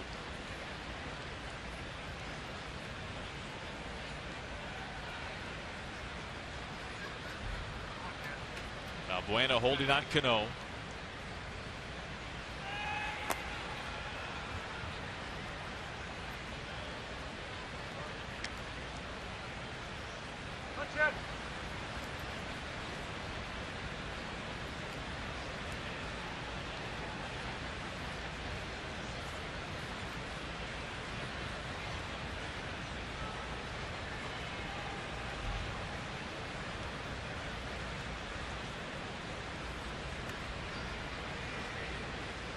Go ahead run for the Mariners at first base. Comes inside and it's still 1-2.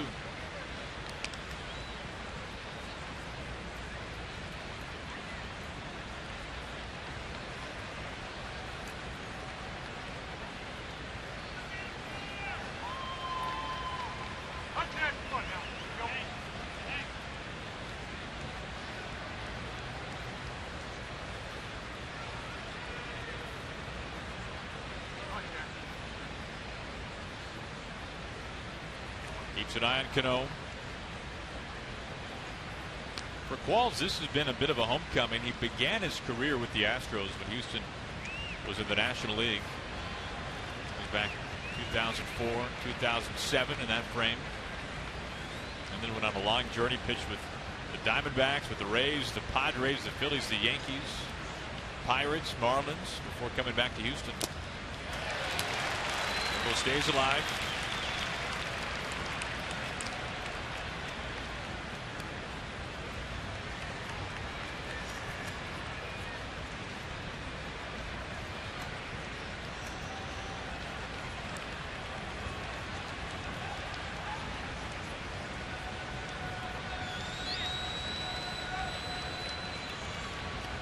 Mariners have tied it up here in the 5th.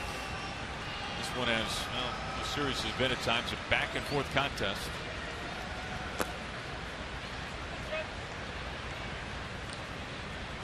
Last night the Mariners spread the scoring out pretty evenly as they scored 7 runs. Scored in 4 different innings. Home runs last night from Gutierrez, from Trumbo, from Hicks. Pardon me, from Lomo, batting in Hicks' spot. That was a pinch hit 2-run homer. Ended up giving the Mariners a lead in the eventual win. Tight to the line and a foul ball.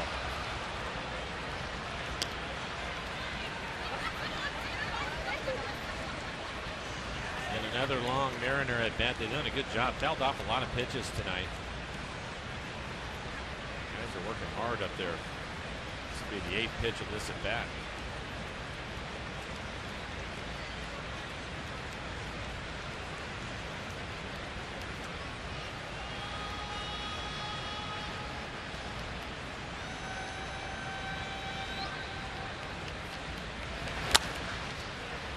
Lowry in on the grass on the run.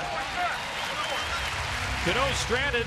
A run in. Robinson an RBI single. Seager scored from second, and we're all tied up at 3 apiece.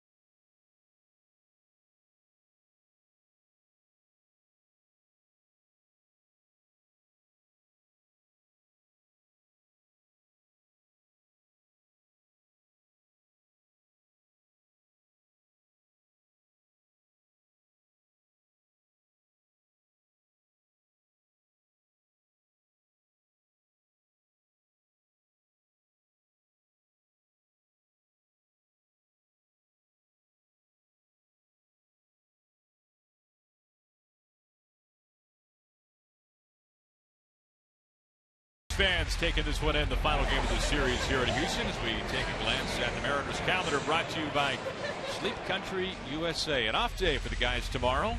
They'll spend it in San Francisco in the Bay Area, and then a weekend series against the Oakland A's. It'll be Felix on Saturday, and then back home the homestand starts off with 4 games against the Texas Rangers. And Conger begins the bottom of the 5th for the Astros. And the Mariners have the shift on. That's why Conger thought about bunting right there. There you can see the defensive alignment. Kyle Seager on the right side of the infield.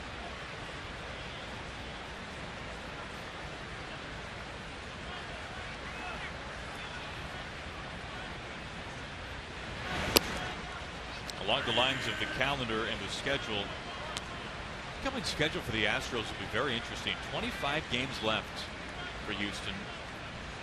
They will welcome in the Twins. They lost a series to the Twins on the road trip before coming home for this homestand. And the Twins right now only a game outside of Texas. In the second wild card spot is A.J. Hinch, his first year managing the Astros. But then after that 3-game series against the Twins, the next 6 series will all be against the American League West before finishing the season on the road, 3 games in Arizona interleague play. As Conger is caught looking, back-to-back punch-outs for Taijuan Walker going back to the 4th.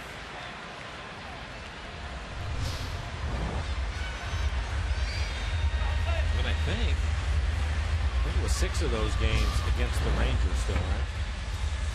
You know, I think that might be true. Yeah. 2 series, yeah. Again, Texas at the start of today, 3 games behind Houston in the West. Texas and San Diego. The game will get started in about 10-15 minutes. That's interesting when you start thinking a little deeper about that 3-game series against Arizona. You're in a National League ballpark, no DH, your pitchers have to hit, and now A.J. Hinch has to figure out how you want to deal with Gaddis. Can you work him in? You've got Carter in the mix at first base. Gaddis has been, well, we've only seen him at DH, I think, this year. Right. He has played some left field. You mentioned him being a backup catcher. We've seen him in left when he was with Atlanta. See Gaddis here. He's a tough guy to miss.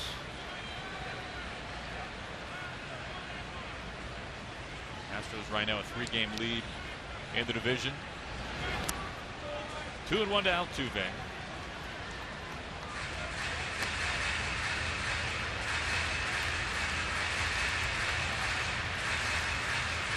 The Mariners' final interleague series is coming up on the homestand, a weekend series against Colorado. Jams Altuve and right to Trumbo, and an easy out, number 2. And Walker has held Altuve 0 for 3, which is a pretty big deal. On base streak for Altuve right now, 29 straight games.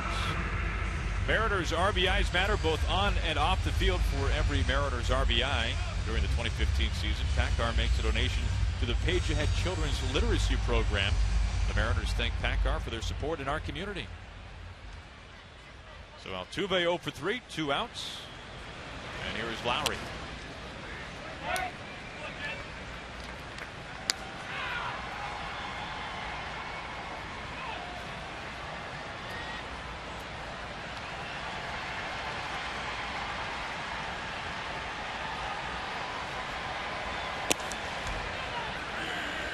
Looking at a strike there, 94 on the fastball.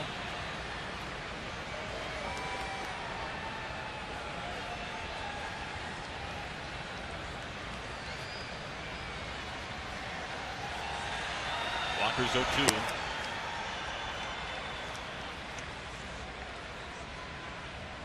Lowry doubled and scored back in the 3rd. He gave Houston a 1-run lead, but the Mariners tied it up with Cano's RBI single to score Seager. Thought maybe he would try the changeup there. We saw the fastballs climbing the ladder on that last one up out of the zone. Pretty good fastball at 94, but he decided to go with the curveball instead of the changeup.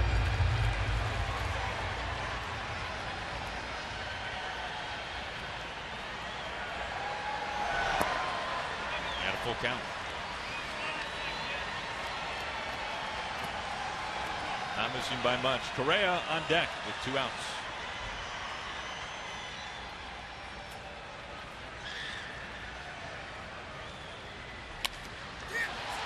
High to left center. O'Malley coasting over, but it is Gutierrez to make the catch. And Taijuan Walker spins his second straight 1-2-3 inning. That takes us to the 6th.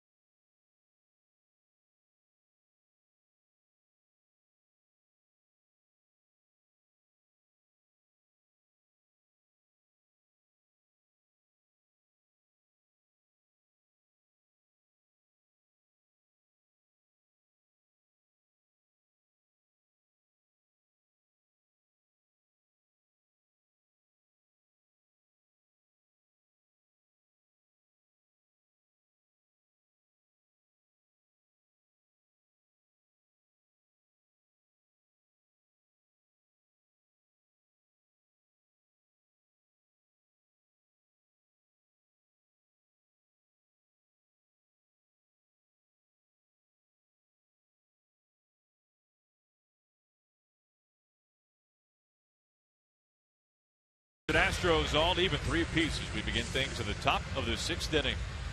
I'll change up your commute. Take our online trip planner for a spin at soundtransit.org. Glad you could join us for the finale here in Houston. Aaron Goldsmith, Mike Flowers, and our entire Root Sports crew as Stephen Romero will kick things off in the top of the 6th. The bottom third of the order due up.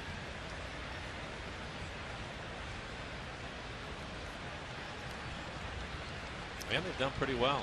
6 plate appearances, and they've been on base 4 times. Stepping with a base hit his first time up 1 for 2 and scored a run. To the first pitch strike.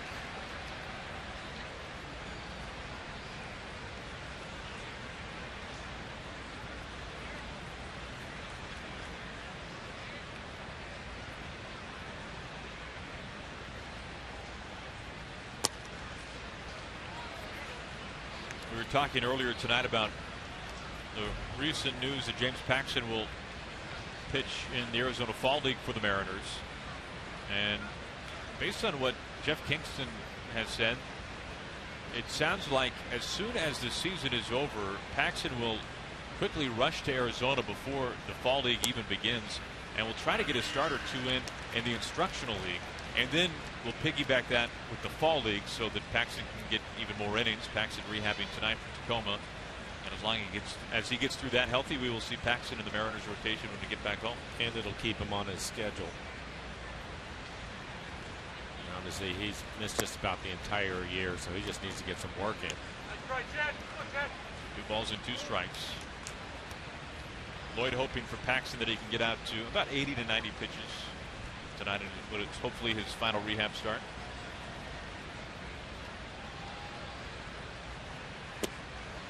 Romero swings through an off-speed pitch there.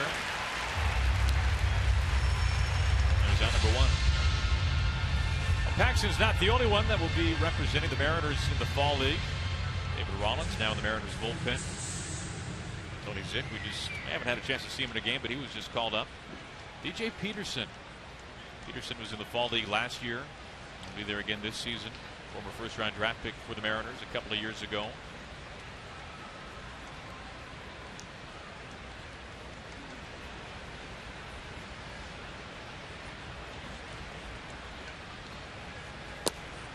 Sucre 0 for 1.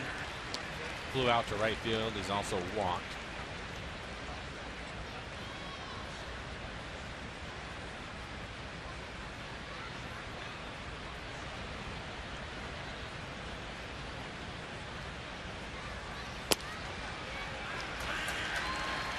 behind 0-2.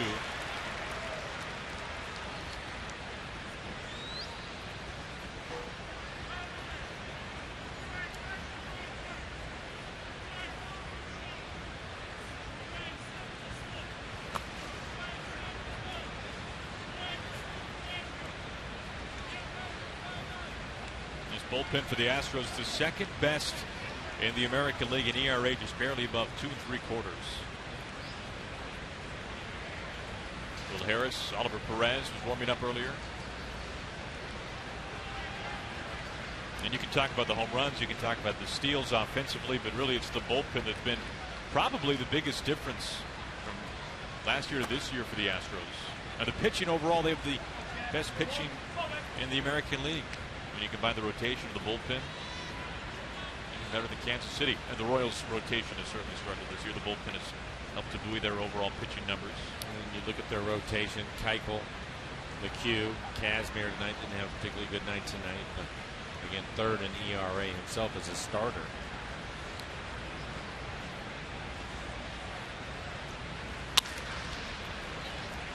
Correa's way, the backhand. Round 2. The press release coming out today surrounding Dallas Keuchel, named American League Pitcher of the Month. Keuchel a sub-2 ERA in the month of August. We saw Keuchel back in game 1, 1 run for Keuchel over 7 innings. He struck out 8. For Keuchel, that's the 3rd time this year he has won American League Pitcher of the Month. He won it in April, he won it in May, and now wins it in August. Sean O'Malley going to step in, having a good night. Been on base both times, had a base hit in the 2nd inning and drove in a run and walked. This will be his first time hitting left-handed. He's a switch hitter.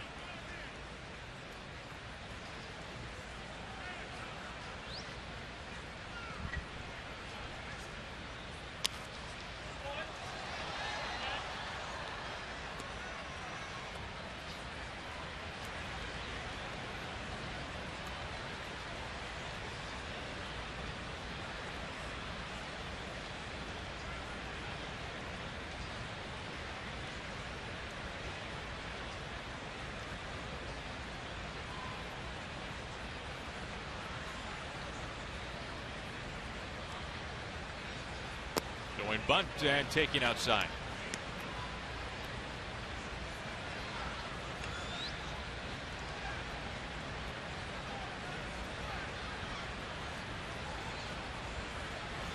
O'Malley really showed a lot of versatility with the Rainiers this year. Mostly played at second base. Hit all 3 outfield spots. As he lines this into right field. So O'Malley reaches for the 3rd time. It's his 2nd hit.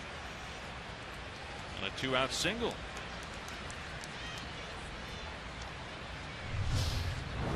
Well, he's going to get a pitch in the middle of the plate at 91 miles an hour. Stays on it and lines it into right field. So he's had a base hit hitting right-handed, now a base hit hitting left-handed. A.J. Hinch, the manager, out of the dugout. So he's going to make a pitching change. Already a solid Mariners debut.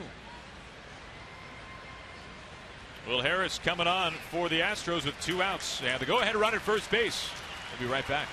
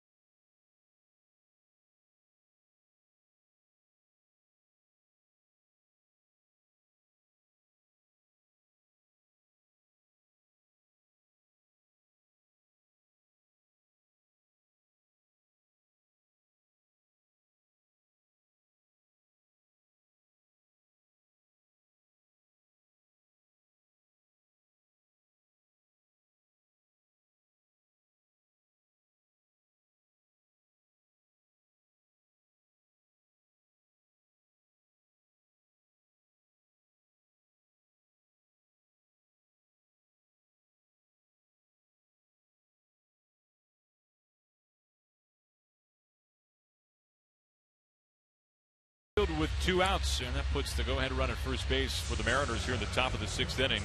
Chad Qualls done for the night. He gives things over to, boy, tough righty Will Harris. He has really pitched well for A.J. Hinch this year. We talked about the improved bullpen. He's a big part of that. 53 appearances, just a 1.40 ERA for him. 57 strikeouts in the 58 innings that he has pitched. Opponents hitting just 154 off of Harris.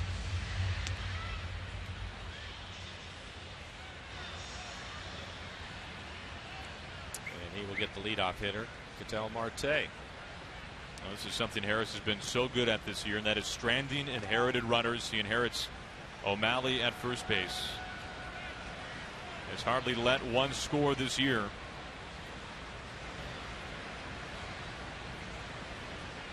Leads the Astros in relief innings.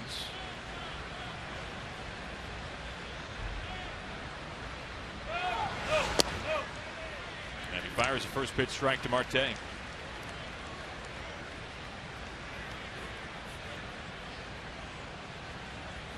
The ERA that Mike was just talking about, 1.40.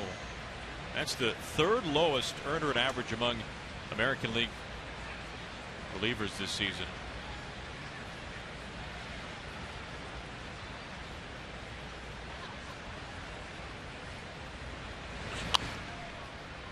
Oh, 0-2 to Marte with O'Malley at first.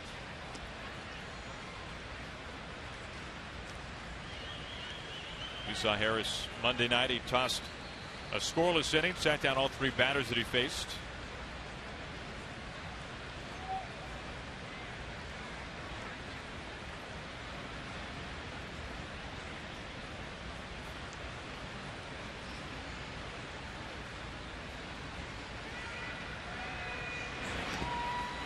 Ball and 2 strikes as Conger keeps it in front of him.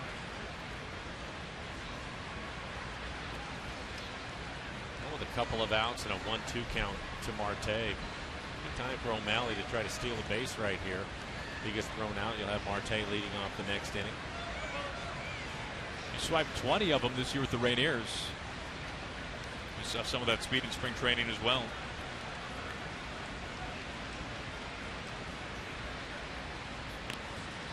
Keeps an eye on him.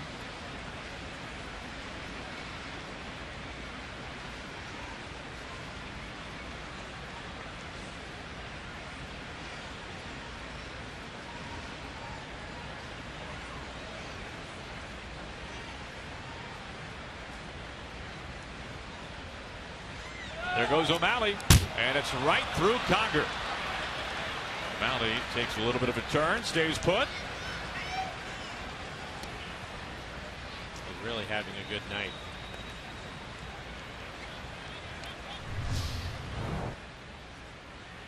Take a look at it. It's not speed pitch, and it's a breaking ball, curve ball.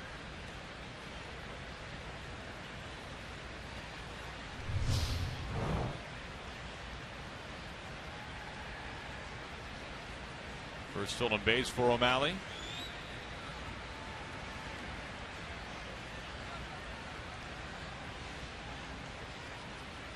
And now the 2-2 to Marte. And a full count.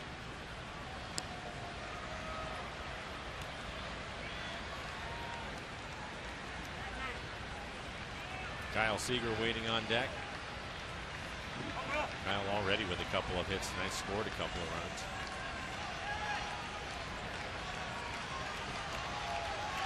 Marte a double to begin the ball game, trying to reach here to keep the 6th inning alive. And he chops it softly to Altuve. Short throw, and O'Malley stranded in scoring position. That'll take us to the bottom of the 6th inning, all tied up at 3.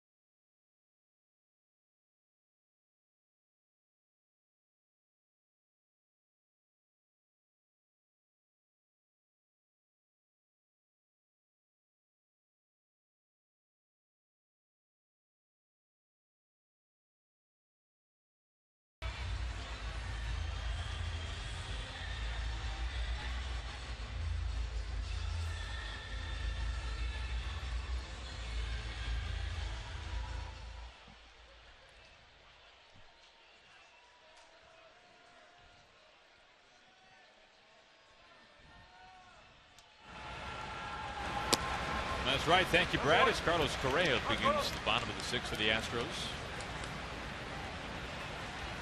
Well, you know, Mike, coming into this series, we've seen Correa before. So much talk around this young man that, for many, the American League Rookie of the Year. O'Malley, easy play out, number one. But Miguel Sano has really been impressive. We saw him with the Twins. He just won Rookie of the Month in the American League. 278 in August. Sano 9 home runs overall this year. Sano's power numbers are catching up with Correa. No, you're right, and he has power to all fields. Big man. We saw him when we were in Minnesota. And he homered again tonight off the batter's eye at Target Field. And so far, he's the difference in that game, and the Twins right there in the wild card race. Yeah, it's a deep lift, but O'Malley plenty of space. Center field is not where you want to hit it here in Houston. 2 quick outs.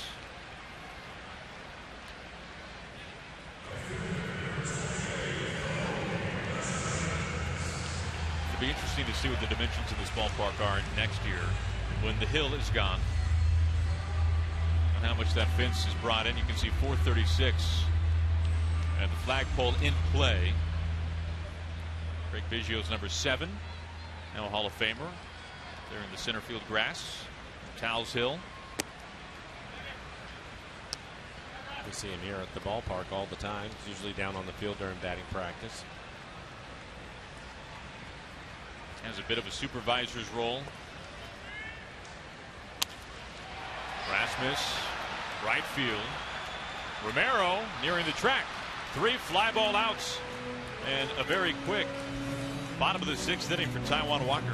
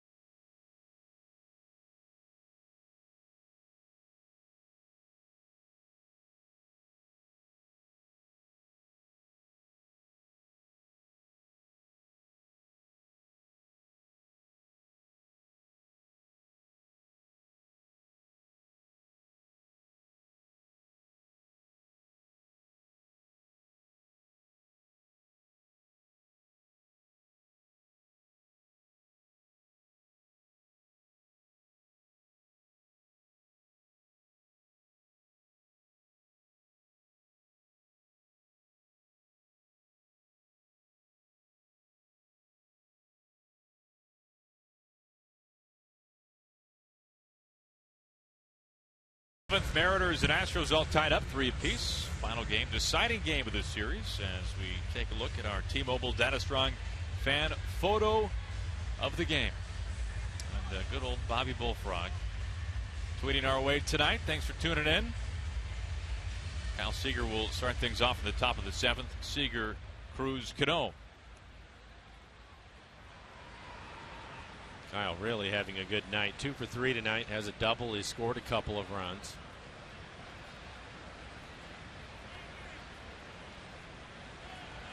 Talked about it with Kyle. It struggled through the month of August. Finished strong that last week and really been swinging the bat well here in the first couple of days of September. And the Astros will have to shift on with Kyle hitting. Kyle has his average at 264 now. Seen that shift against Kyle a lot here in Houston.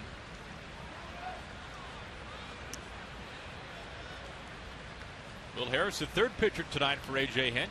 You can see a good look at the shift there.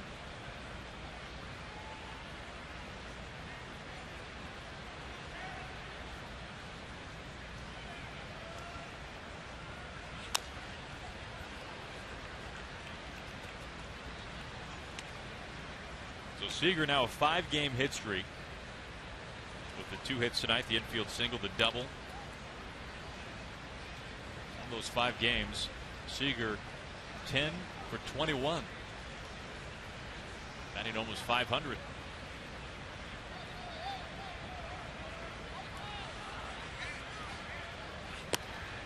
Kyle ahead of the count, 3-1. They tried to take advantage of the 2-0 count. Kyle also has 21 home runs on the year, fouling the fastball off as Nelson Cruz waits on deck. So another good count for him here in 3-1.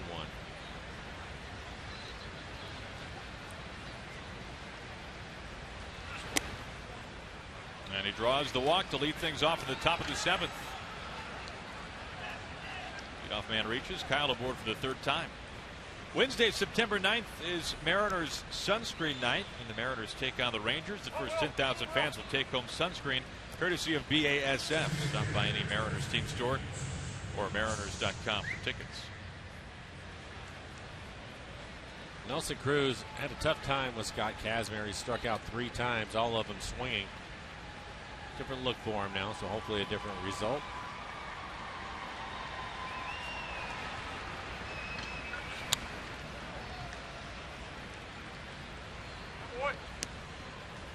Kazmir pitched him away the entire time, and the first pitch to him from Harris right on the outside corner.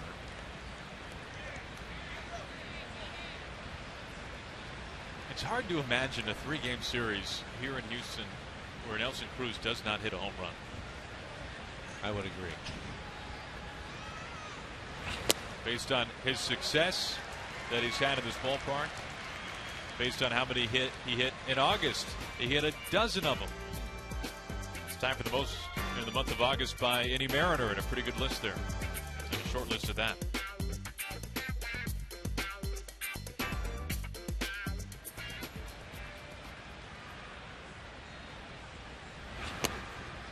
And Harris continues to stay away from him. 3 fastballs in a row, each one further away.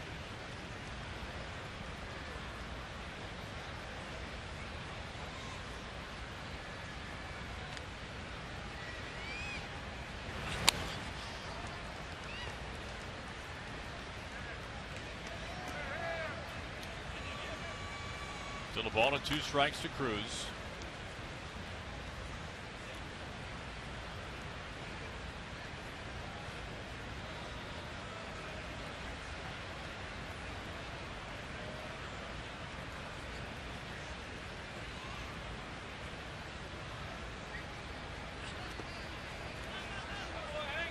Conger tracks it down 2-2.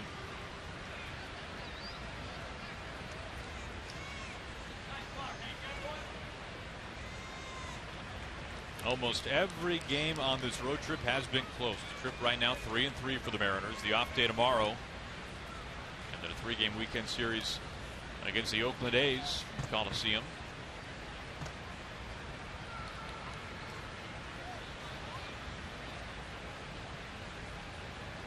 Seager leading at first, held by Valbuena.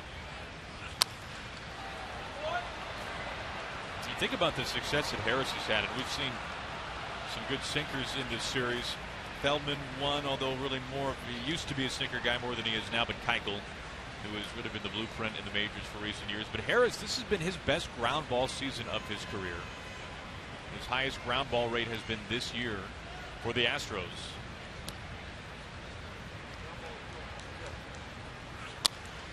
Well, we've talked about it before, but if you can keep the ball on the ground, you can pitch in any ballpark. And this is not an easy ballpark to pitch in when you look at his numbers and consider how the ball flies out of here. So keeping the ball on the ground has certainly served him well. Again, a 1.40 ERA for Harris. Opponents barely hitting 150 against him on the season.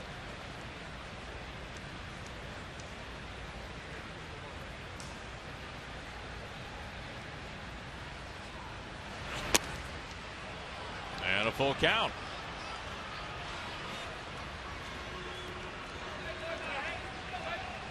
Mariners had some really long, stingy at-bats tonight. Cano on deck. Nobody out. Seager at first base after the walk.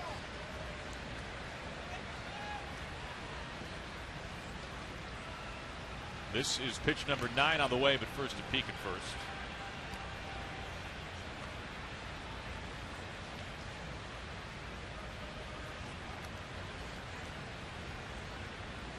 Fifth in terms of home runs per game in the major leagues, right here at Minute Maid Park.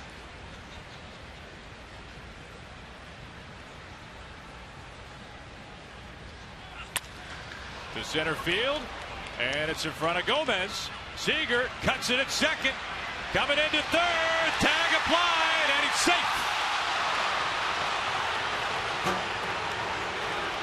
Very aggressive base running from Kyle to get to third on that. Gomez in center field. He can not only just run it down, but he has one of the better throwing arms in the league. I think because Kyle saw him moving to right center, he decided to take a chance on it. Hits it clearly there. Lowry thought that he kept the tag on him and then maybe Kyle came off the bag. Astros dugout taking a look at it. Kyle clearly beats it. And he stays on it the whole time, it looks like. Well, A.J. Hinch out of the dugout. You can see the recoil of just that full-on slide, his knee buckling up.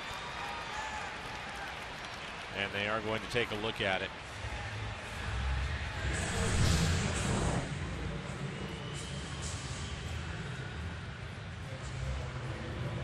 Astros challenge underway.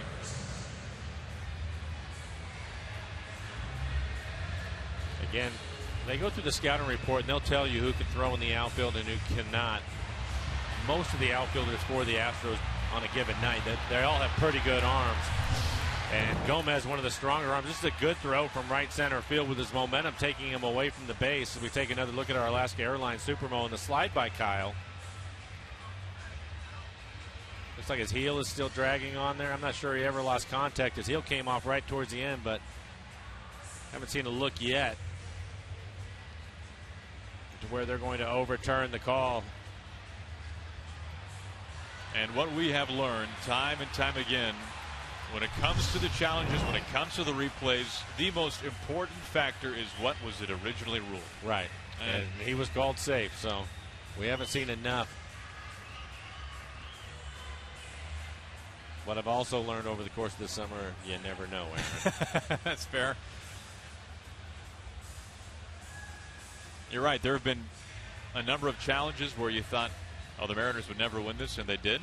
And there have been plenty of challenges where you thought there's no way the Mariners could lose this, and they would. It can happen on either side to either team. Well, it's a big play in the game. Obviously, it's tied right now, and Kyle, if he is safe at third, there's still nobody out with Cano coming up, and Cano had a base hit his last time up, drove in Kyle to tie the game at 3-3.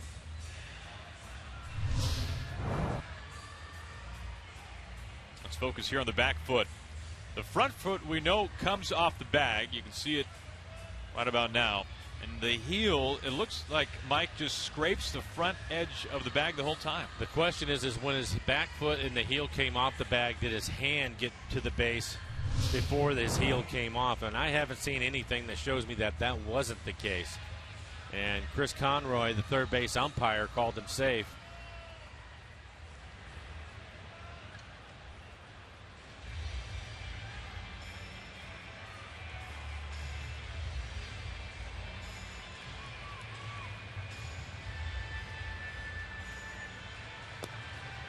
Meanwhile, Harris will toss to Conger and try to stay loose, try to stay warm here. This one's taking a little bit of time. Oh, here we go. He's safe. Ball stands.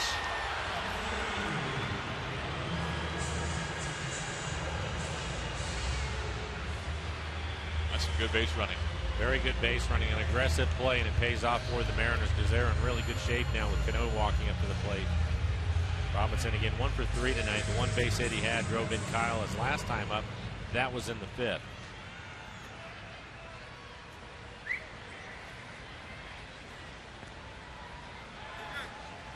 So the call stands.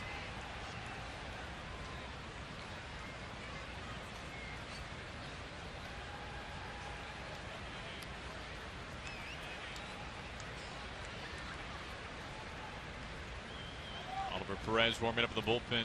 Josh Fields next to him, the right-hander.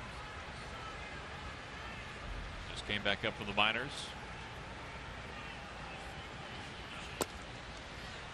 First pitch strike to Cano.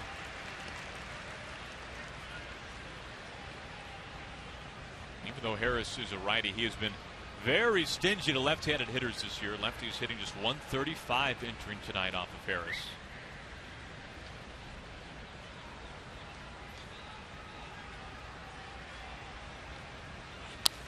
Cano high to the corner in right field. Has a lot of hook to it. And finds the second deck for the foul ball.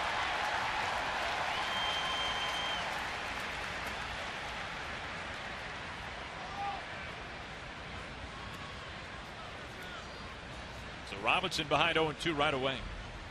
Seager at third base. Led off this inning with a walk.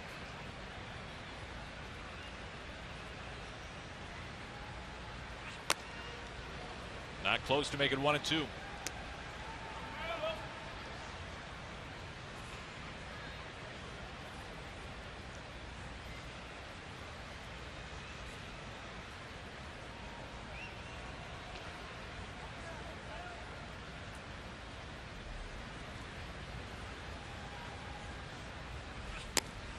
Missing badly again. 2-2.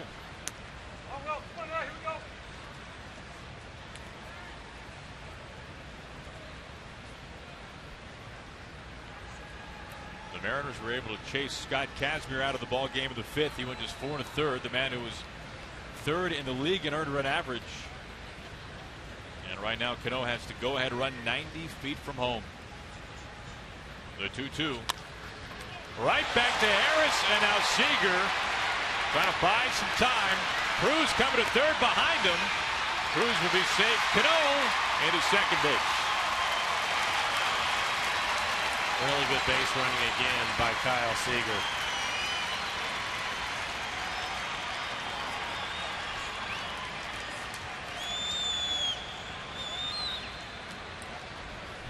We'll take a look at it. Right back to Harris. He checks Kyle. If Kyle does not go, they probably get the double play. So then you have a runner at third and 2 outs. But because Kyle stayed in the rundown just long enough to let Cruz and Cano move up, they're in a better situation than they would have been in.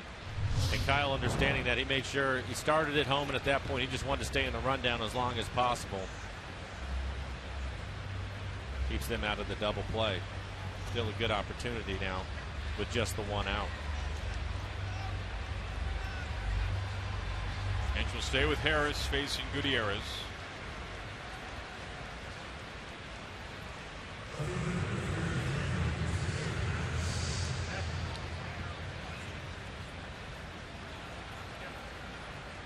And they're going to put Franklin on, go after Trumbo. Franklin has been a hot hitter for the Mariners. But Trumbo, he's hit 3 home runs in this series. And there isn't going to be anywhere to put him.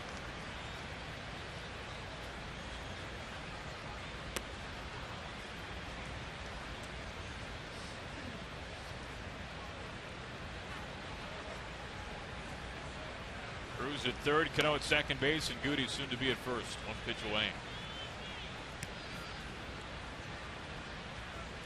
Fields and Perez have been warming to the bullpen.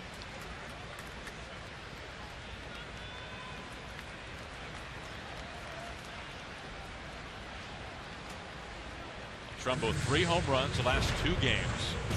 And we'll take a look at the home run that he hit Vince Velasquez last night. Well, he hits this home run and it right off the front of the train up on the tracks. Train hasn't moved much from last night, it doesn't look like. Going to play the middle of the infield back for the double play.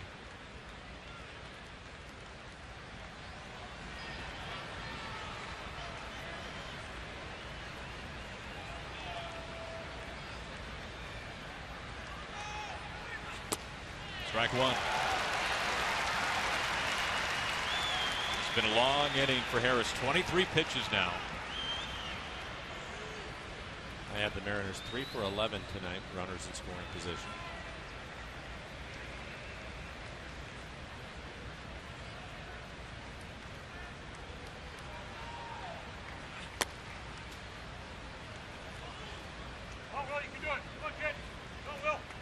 Mariners were 3 for 17 with runners in scoring position the first 2 games. Stephen Romero waiting on deck.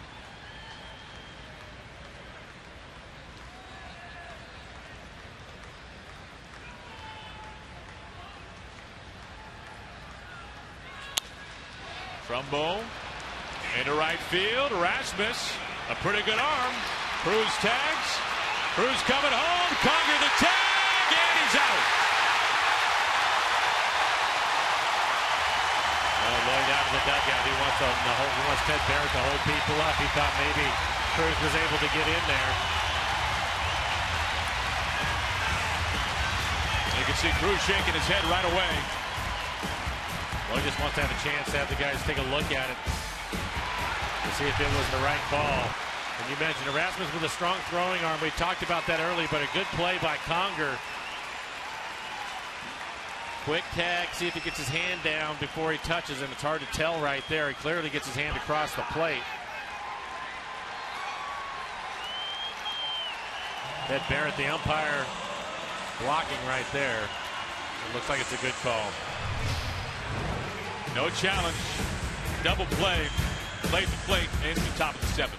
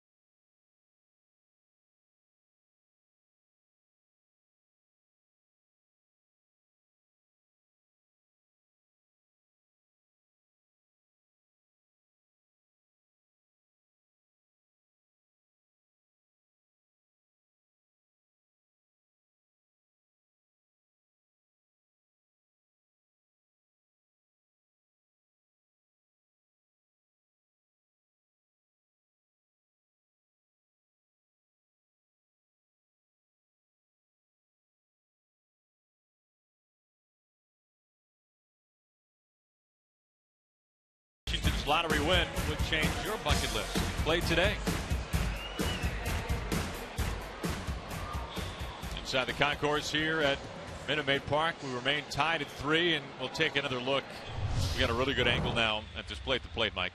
Well, you can take a look at our Alaska Airlines Supermo, and as Cruz is trying to get his hand on the plate, Conger gets the tag on him right there just before he touches it, so it was a good call. Ted Barrett, a good angle, a good look. Home plate umpire and crew chief.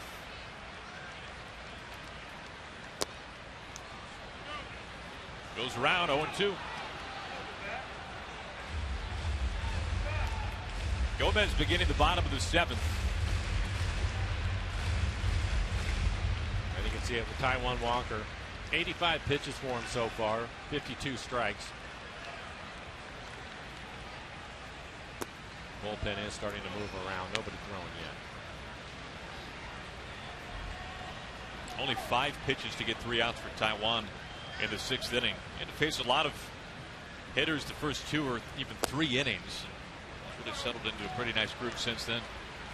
And you can see the fastballs tonight for Taijuan. 52 fastballs, 33 strikes. Swing and miss on just 3 of them.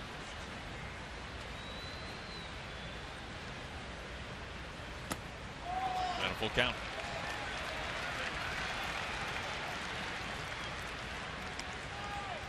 A lot of fastballs tonight for Taijuan.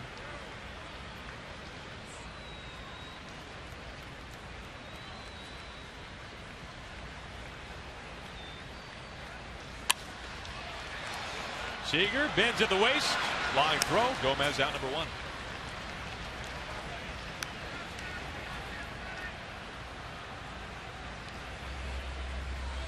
brings in Preston Tucker.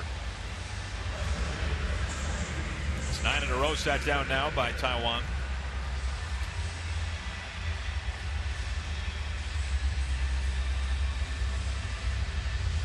Preston Tucker is 1 for 2. Got a base hit in the second inning and drove in a run. Kensing getting loose. Looks like Zick on the left, just recently called up. First pitch strike to Tucker.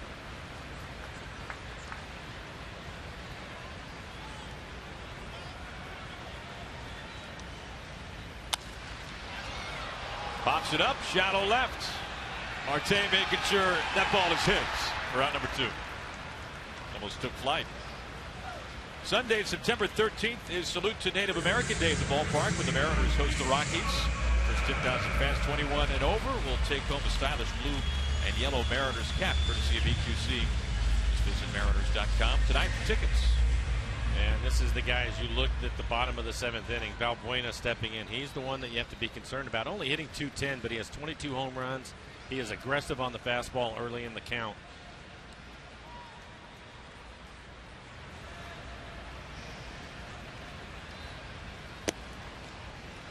You mentioned his low average. He has the second lowest batting average of balls in play in all of baseball. Only Stephen Drew of the Yankees is lower.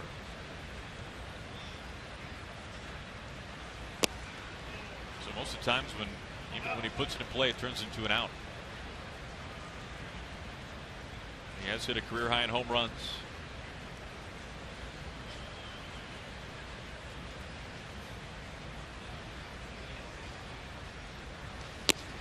Big swing and a miss. There's a good fastball from Taiwan. Yeah, he really went for it.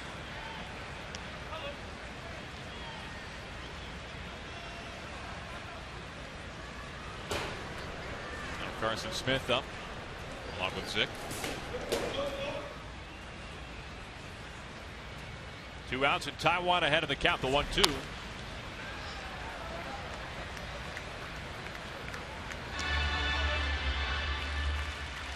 You see that mid-90s fastball then going with the curve.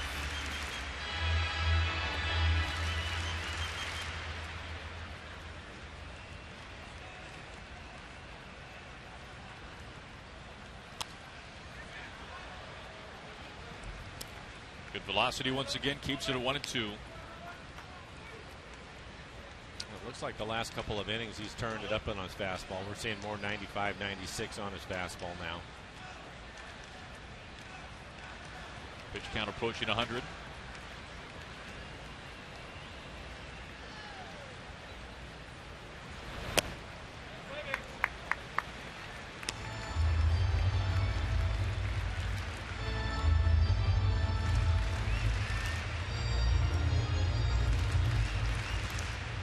Valbuena has hit more home runs this year against the Mariners than any other team. Always dangerous.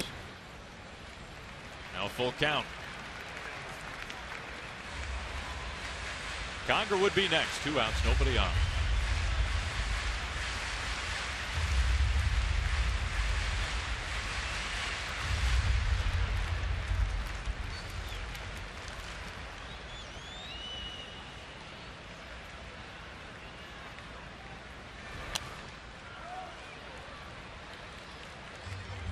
Pitch number 9 coming up.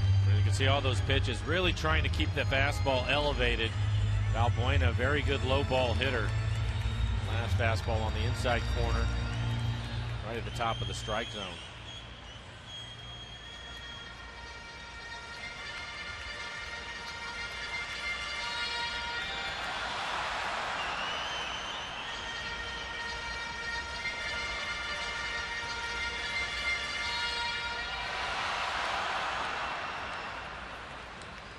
One pitch away from number 100 on the night. Taiwan's 3-2, and he loses it. A 2-out walk. 9-pitch plate appearance for Valbuena. That'll bring up the number 9 hitter, Hank Conger. Taiwan now at 100 pitches. 100 pitches, 60 strikes from him. That brings a string of 10 in a row set down by Walker.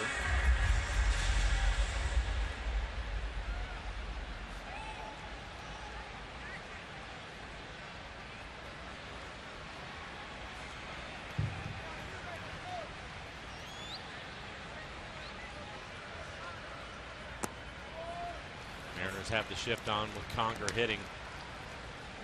Kyle Seager has moved to the right side of the infield. Marte the only one on the left.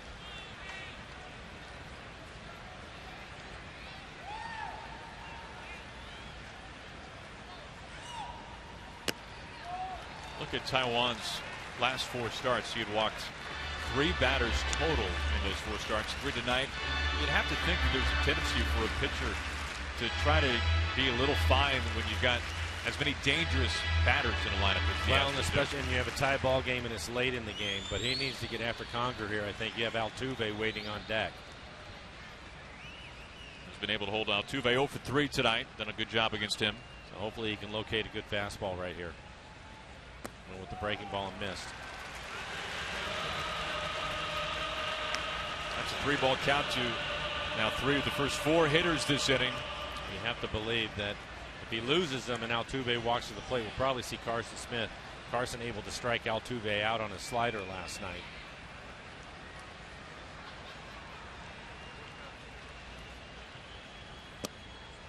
It's a strike there.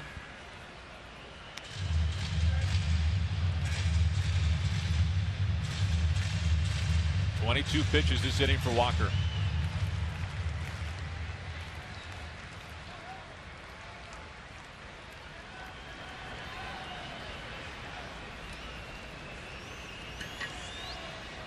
Two outs. Go ahead, run at first. Hard hit and a fair ball all the way to the corner. Valbuena already to second and to third, and he's held there. And with 2 outs, 2 in scoring position. Conger a double down the line. Well, and I'm sure that Lloyd will probably put Altuve on. You have Lowry due up next. You take a look at this last pitch. You just challenge him with a fastball in the middle of the plate. 95 miles an hour.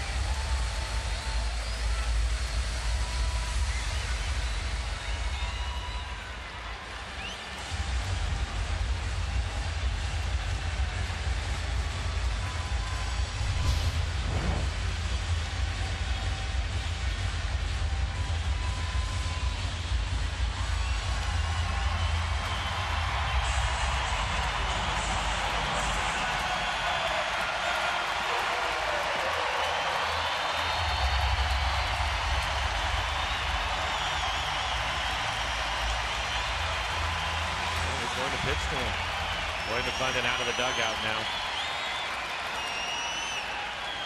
We saw Carson Smith warming up. This will be a rematch of last night's 8th inning. Carson won that one.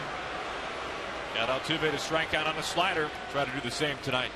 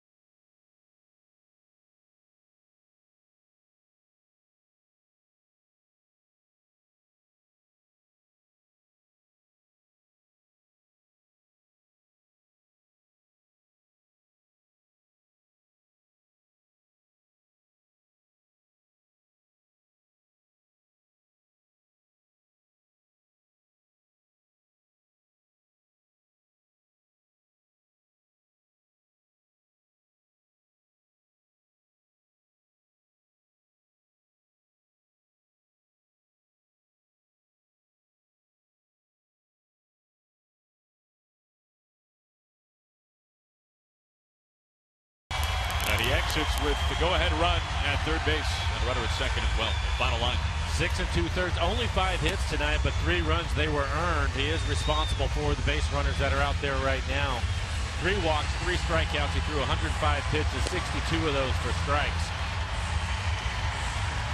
Now Carson Smith is going to take over. This will be his 60th appearance on the year. 2.78 ERA. 75 strikeouts over 58 in the third. Was able to strike out the side in his appearance last night. Giving up a couple of home runs. Opponents hitting just 198 off of him.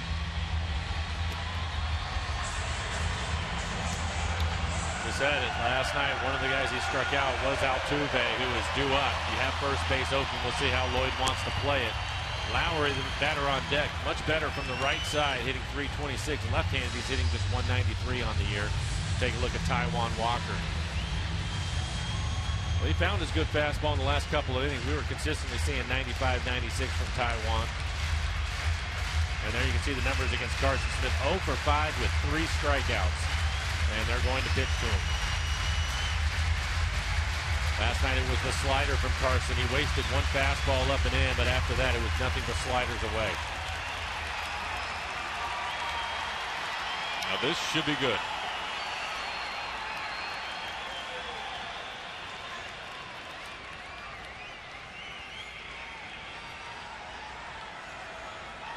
Albuena at third, the go-ahead run.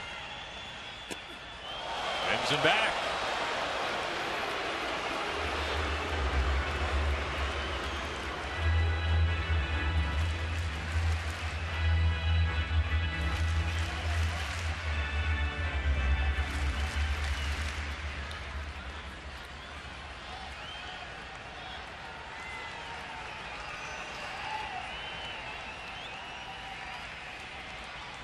Two on, two out.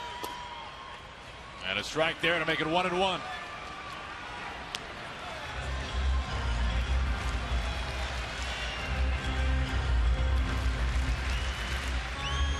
Carson's fastball typically 92 to 95 miles an hour. His best pitch, especially to right-handers, is his slider. He'll mix in a changeup to the lefties from time to time. He's going up against the man who leads the league in hits. Not have one tonight. Way outside a little boy, good smother there from Sucre.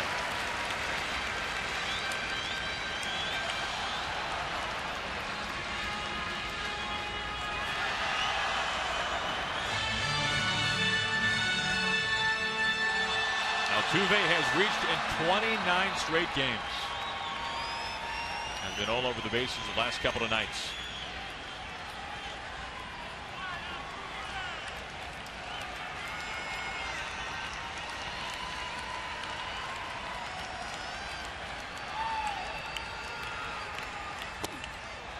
And a strike. Altuve thought that pitch was high, borderline. You can see it was the slider. He thought it was up. Now both sides have been chirping most of the time pretty politely to Ted Barrett tonight. And we'll take a look at it. 84 miles an hour. You can see Sucre just closed the blinds a little bit there, helping him out.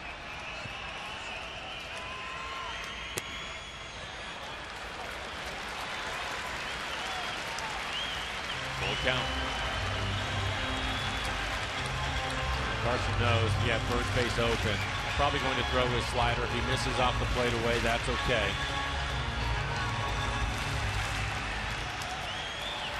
Don't want to throw anything in the middle of the plate right here. You do not have to give in to him.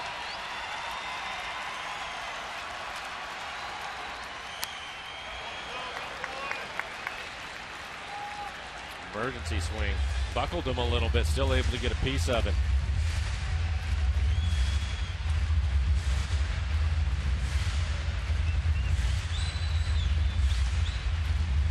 All tied, bottom of the seventh, 2 outs, 2 on, and a full count.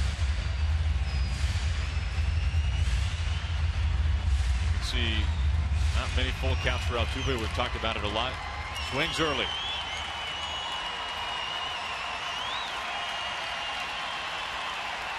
The 3-2, and he whiffs right through it. The slider from Carson Smith, and he punches out Altuve, who is now 0 for 4 tonight.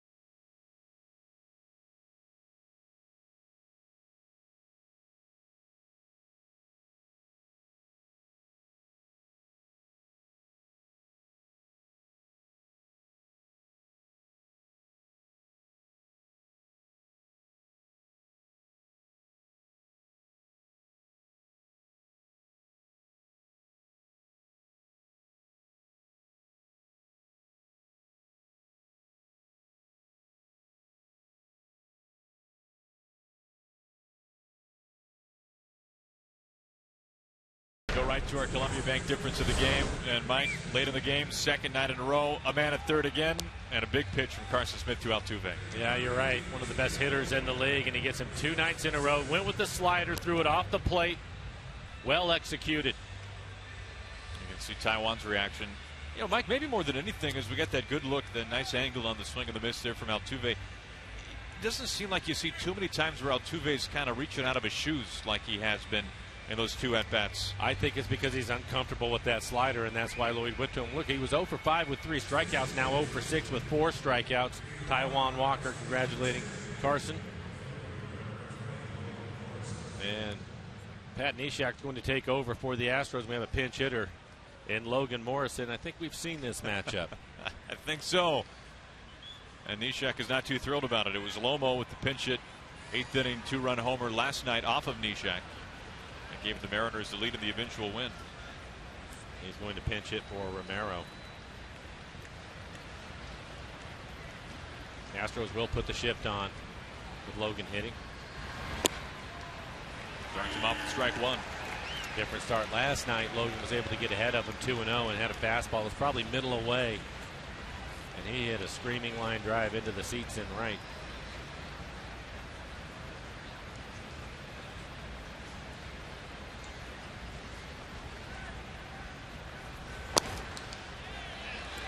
Now we take a look at that home run from last night from Logan.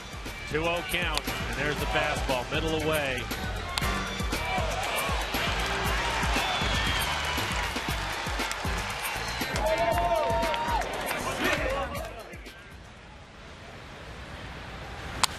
And he hammers this into the corner, but to the second deck and foul.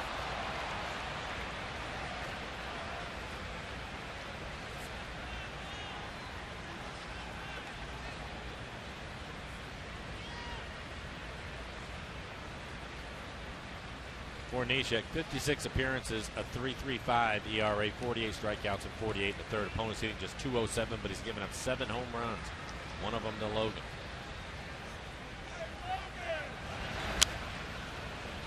Drops down to 70 miles an hour that time. That just fluttered home. Lomo fights it away.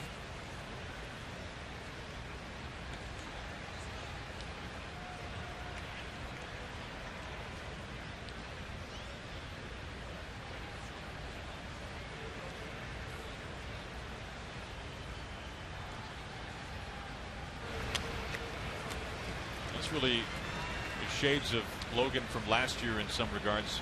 You look at Logan's home runs this season, over half of them have come in the 7th inning or later. And last night a part of that.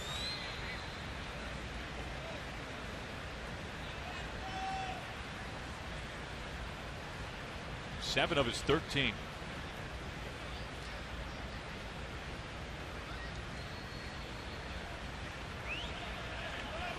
Check again, the 1-2.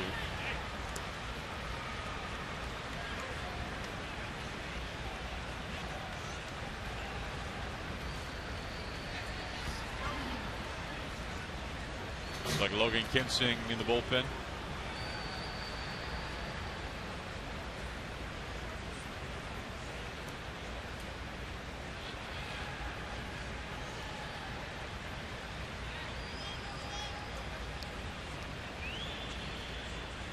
Conger setting up well off the plate. And you count 2-2.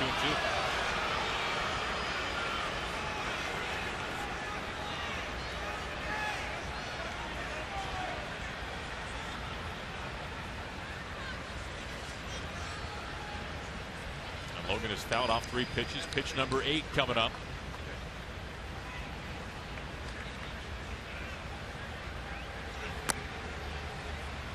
Full count. Sucre waiting on deck.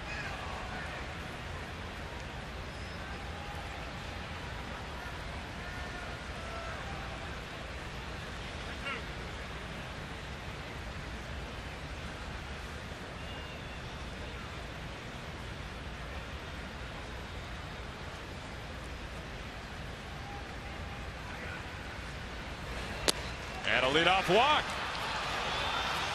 Neshek puts the go-ahead run at first base.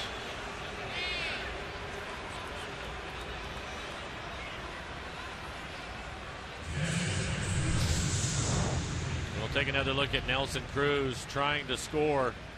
Was thrown up by Rasmus, the right fielder. And Sucre's job right here is going to be to get a bunt down. Take another look at Nelson as he's tagged out.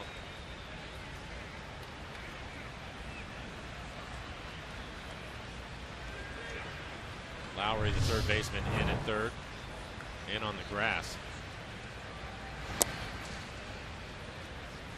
And it has been announced in the press box that Cruz is done for the night with the right quad strain.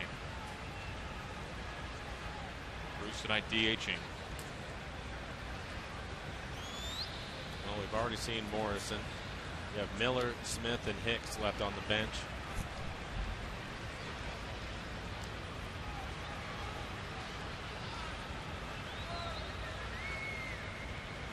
Lomo the go-ahead run at first base. Bunt by Sucre. Neshek to field it. And it's over. Altuve. Lomo steams it to third. And Sucre into second. It'll be a sacrifice bunt, E1. And a great break for the Mariners.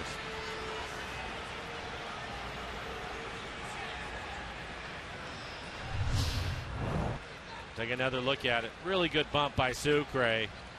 You have Altuve covering. Great break. Now that is huge. Well, and also bring up Sean O'Malley. He has had a good night. He's been on base all 3 times. He has a couple of hits. He walked back in the 4th inning. And he's picked up an RBI. So he has a chance to have a huge night. O'Malley making his Mariners debut tonight.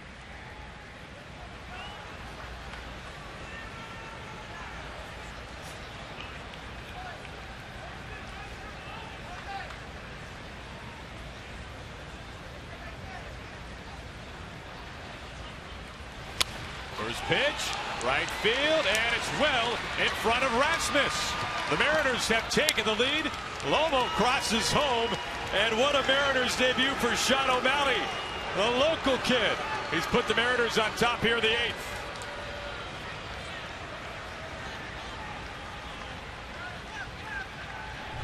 Well, let's take a look at it. Being aggressive, first pitch, little breaking ball, maybe the changeup, 83 miles an hour, and the Mariners get to Neshek 2 days in a row. It was Logan Morrison with the 2-run homer. Logan pinch hits, walks, ends up scoring a run right here to give the Mariners the lead. That'll bring up Marte.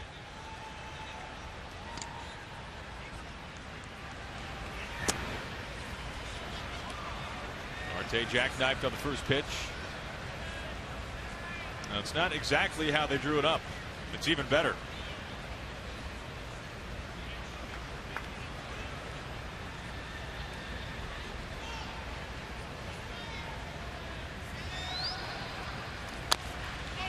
Infield in, Altuve looking at third. Sucre finds some time. Conquered the tag, and both runners advance.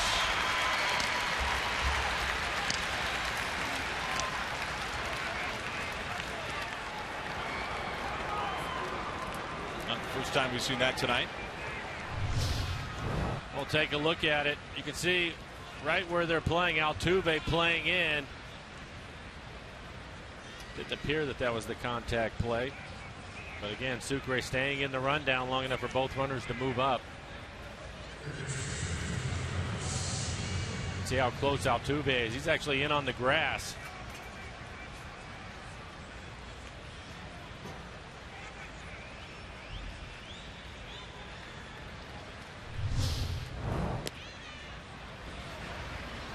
Put Kyle on, and we haven't seen who's going to come out. It'll be Seth Smith is going to come out on deck. It looks like Oliver Perez, the left-hander, getting loose in the pen for the Astros as they put Kyle on. But a good night for Seager, an infield single, a double. Milwaukee has scored twice. Perez and Fields both warming up.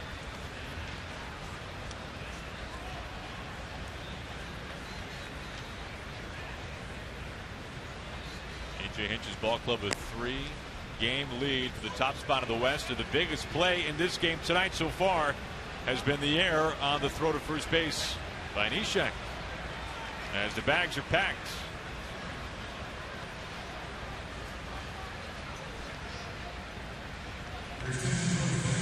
And A.J. Hinch out of the dugout. Seth Smith just announced, so he's going to make the pitching change and get Perez. Mariners have taken the lead, 1 out, and the base is full for Seth Smith.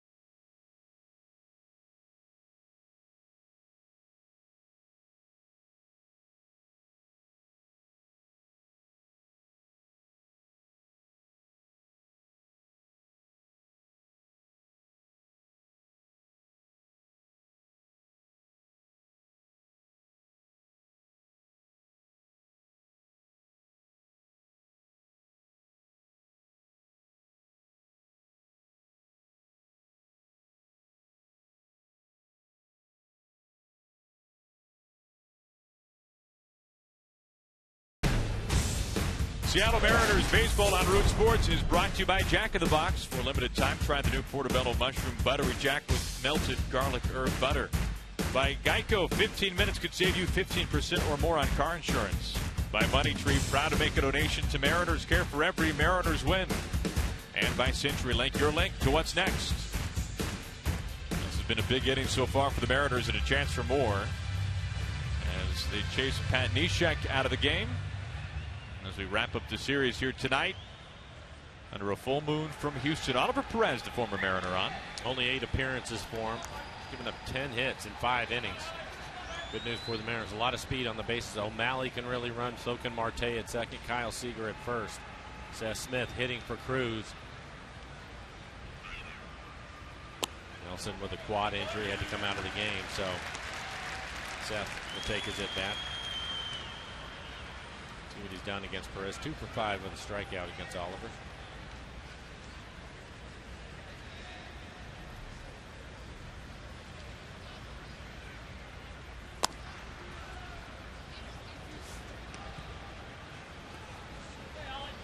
One ball and 1 strike to Smith off the bench. Perez now the 4th reliever used tonight by A.J. Hinch. The starter did not go deep. Kazmir 4 1/3.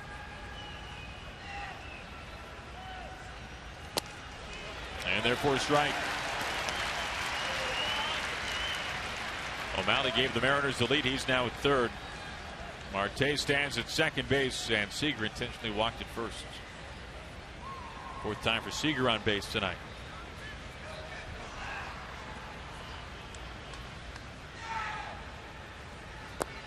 Holds back.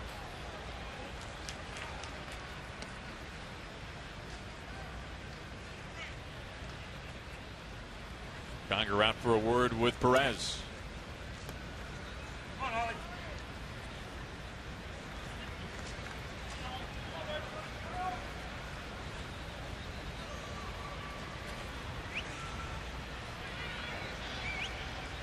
This inning began with a leadoff walk to Logan Morrison, pinch hitting. Soft chopper. Altuve on to second. That's all they'll get. The Mariners grab another run. It's O'Malley. And the lead now stretched to 2 here in the 8th inning with 2 outs.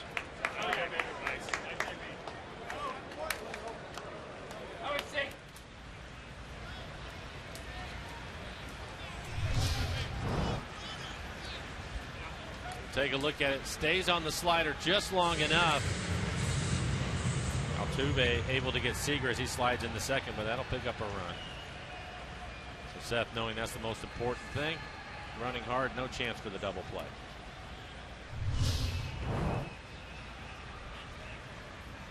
Cano with 2 outs and runners on the corners.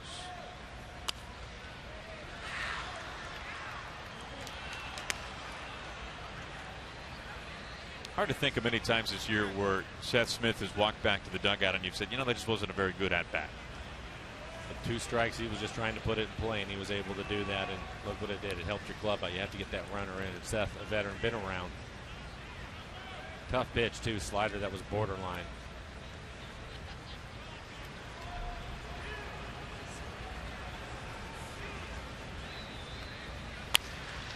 Oh, 2.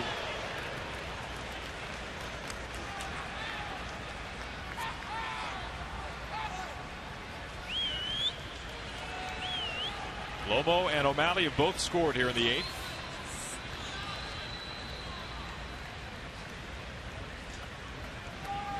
Marte, the man at third. Smith at first base.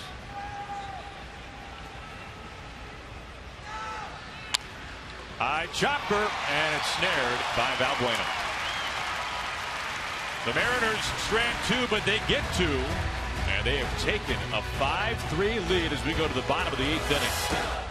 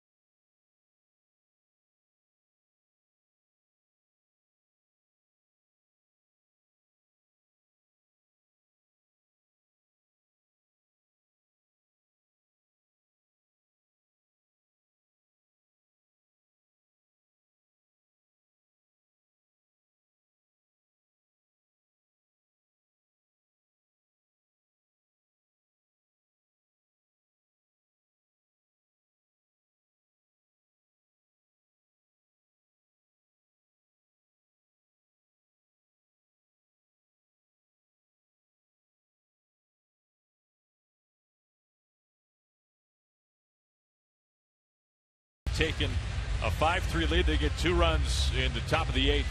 Taijuan Walker getting the start tonight. A quality start, Mike, and the fastball started to tick up near the end. No, you're right. Early on, it didn't have the good fastball, but towards the end, it really amped it up. He was 95, 96 miles an hour.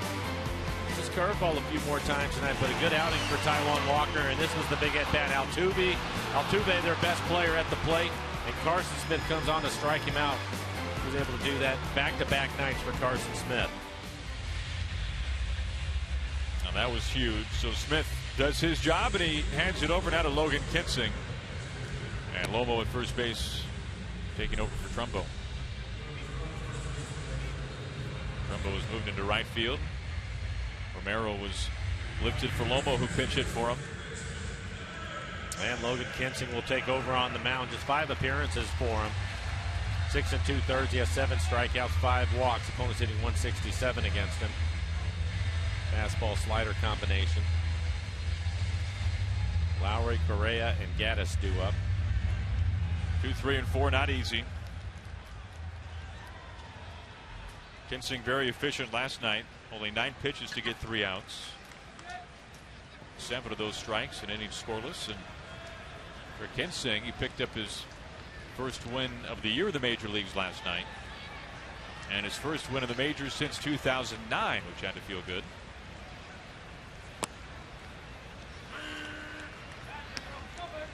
Starts Lowry out with the strike.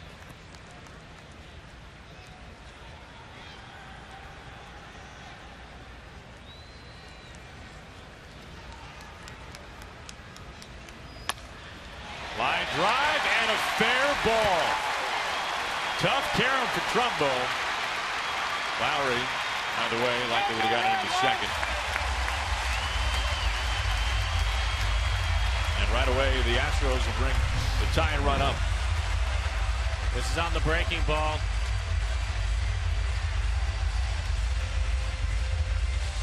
And I think you're right. It hit the corner right there of the stands. Did not touch the ball boy down there. Either way, it was going to be a double.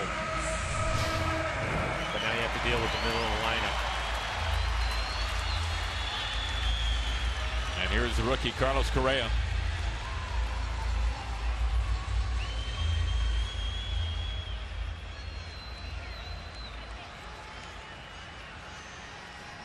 And with that double down the line, it looks like Tom Wilhelmson's going to get loose in the pen.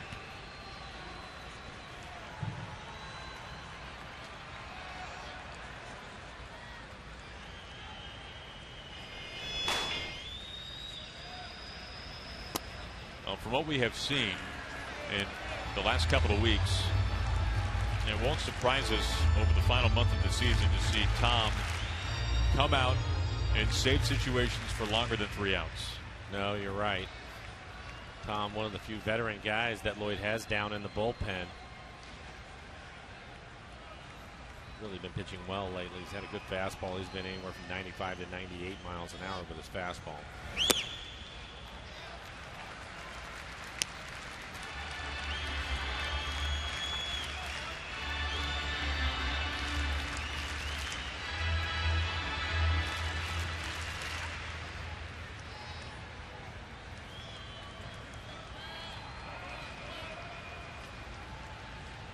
Lowry at second with a double, nobody out.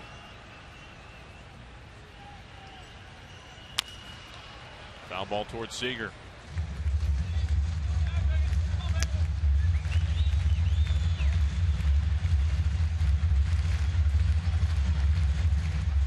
Last year, the Mariners did not have much margin for error in terms of winning ball games, but they did have the best bullpen in the league, which could shorten a game up to 6 innings.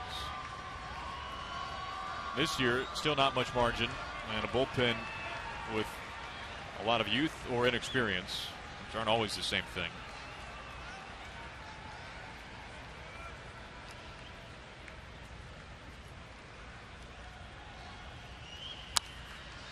Still 1-2.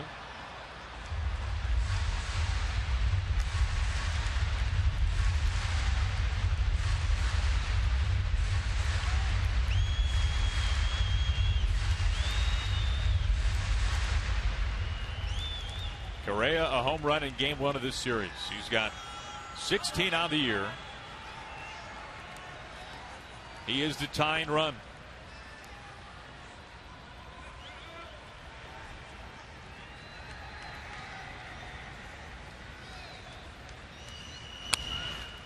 Another foul ball. And so far, Kensington doing a really good job of keeping the ball away from him. Late in the ball game, you don't want to make a mistake in the middle or middle end. See all those pitches on our EQC tracer. Most of them sliders. That last pitch, fastball.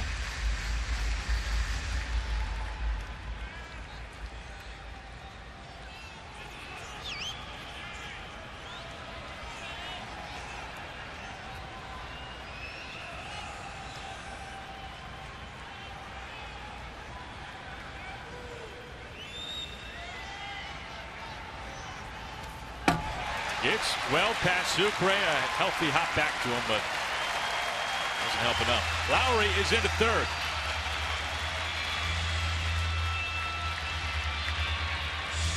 Looks like another slider. You can see Sucre wants it down out of the strike zone. Unfortunately, Kensington pulls it across and ends up in the backstop.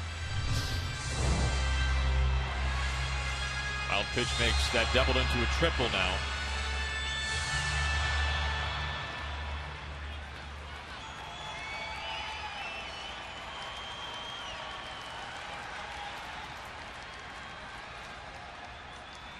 The 2-2.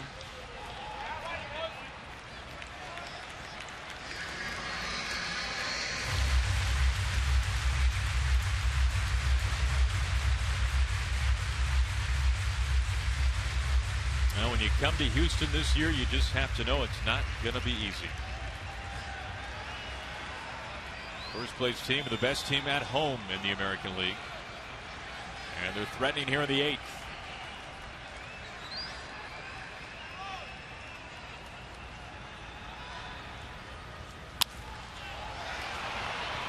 Marte. Not very deep. And a big, important out, number 1. Coming this fall on Root Sports, it's the high school football game of the week, brought to you by Acura of Bellevue. We kick off the season tomorrow with the game featuring Mount Si and Woodinville at 7 p.m. Don't miss your favorite local teams in action this season right here on Root Sports. And Lloyd not going to take any chances. He's going to go with the guy that's been his best lately, and that's Tom Wilhelmsen. So Tom coming on with a runner at third base, 1 out, bottom of the 8th.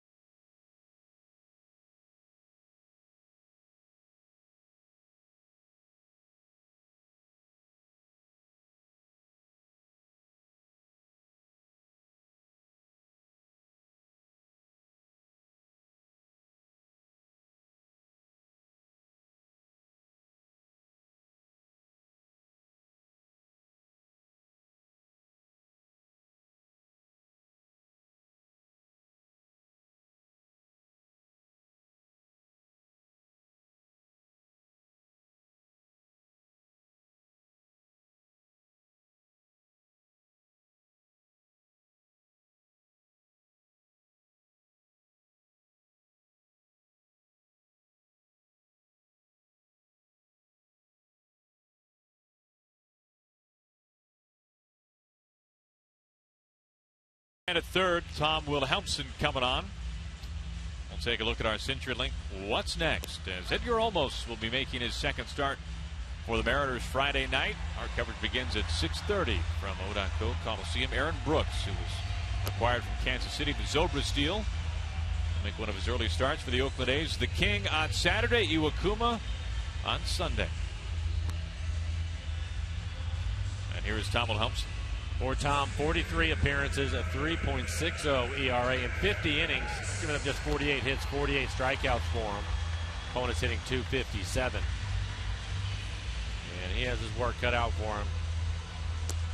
Boy, looking for him to get the Mariners out of this inning, and he'll probably pitch the 9th as well. Cleanup hitter and DH, Evan Gattis walking to the plate. Gattis so far tonight, 1 for 3 in the ball game.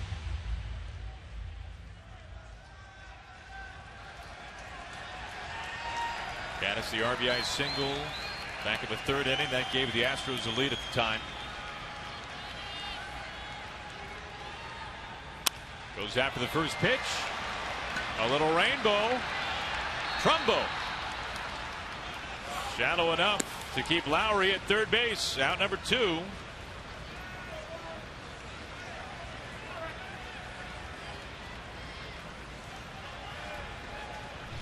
And Trumbo had started at first base, was moved to right field, and we'll take a look at his throwing arm. Big man's a good athlete. He throws a strike. No chance to tag up.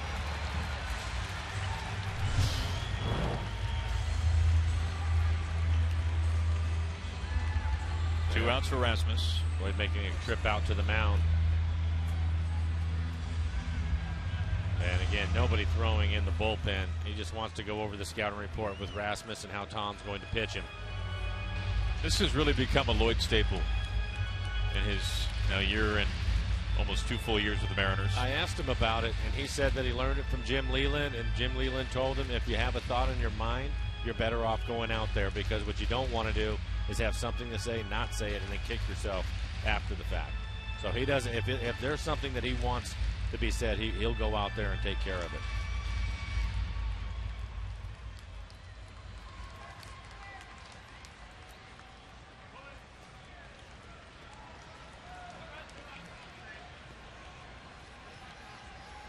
Rasmus is the tying run. He's got Lowry at third base.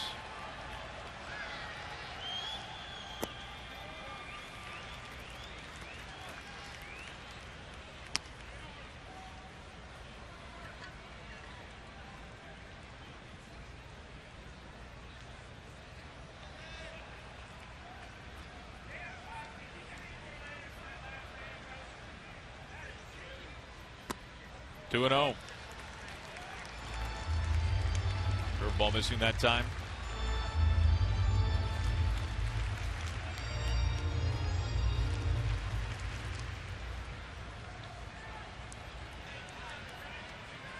Not many at bats for Rasmus against Wilhelmsen, but some good success.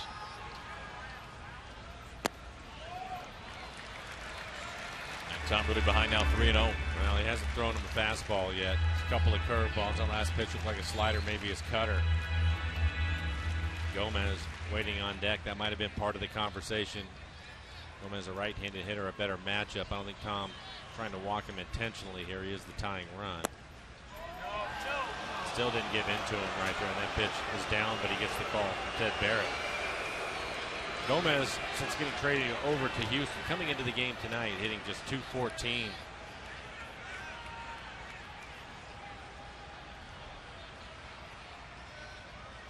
Has been better lately, but the overall number is not good. Strike there. Just getting the outside edge. First fastball he's thrown him.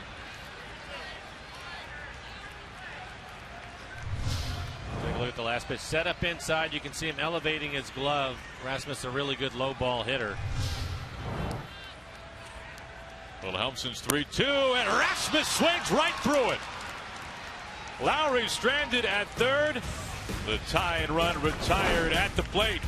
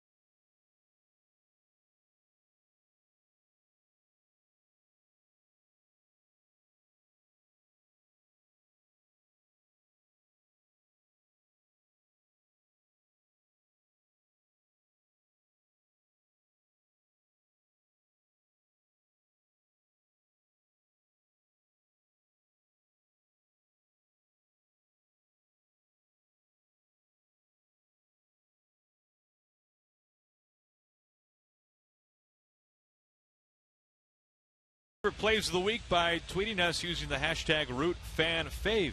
Each month, one lucky fan will win a Coors Light Refresherator just for participating. For official rules, visit rootsports.com. On to the top of the ninth inning. Mariners still holding on to a 2-run lead and a new pitcher up on the hill for the Astros. It is Josh Fields. 43 appearances, a 2.20 ERA. 54 strikeouts in 41 innings. That's a big number for him. Opponent's hitting just 168. was some really good pitching by Tom Wilhelmsen. Mariners ended up with a runner on third and nobody out. Kensing gets an out, but then Tom with a lazy fly ball and a strikeout to get out of the inning. Nobody thrown in the Mariner bullpen. Tom will pitch the ninth. Shattered bat. And a little blooper. Gomez can't get there.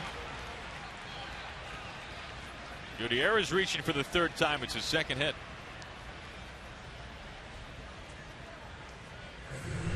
And this bat will shatter. But Franklin is okay with that, picking up a base hit.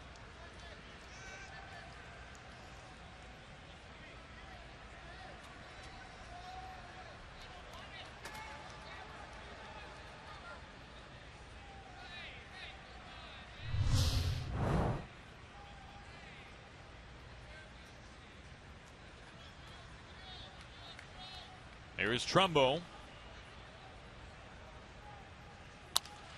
Trumbo the opposite way towards the corner, but foul.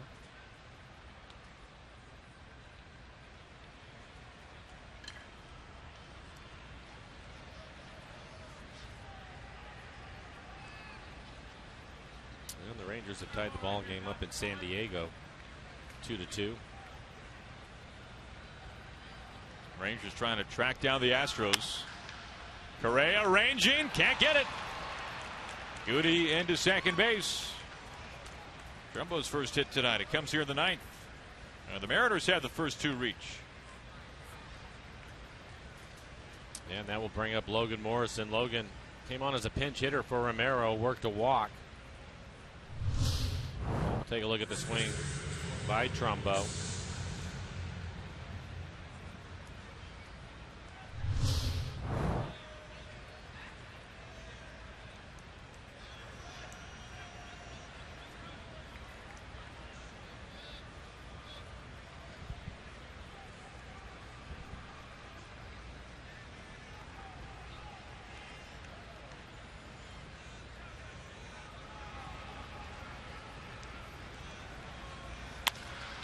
Lobo carrying back to the warning track, back to the wall, and this is over the fence for a home run. Back-to-back nights, Logan Morrison, opposite field shot, and the Mariners have opened it up in the ninth inning. 3-run homer, Logan Morrison, 8-3 Mariners.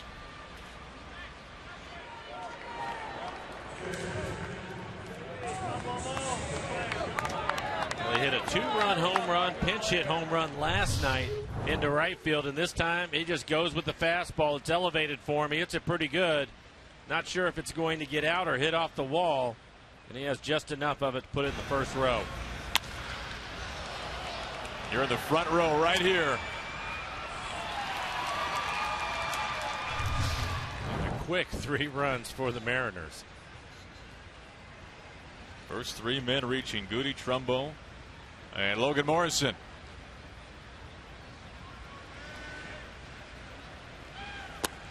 There is Sucre.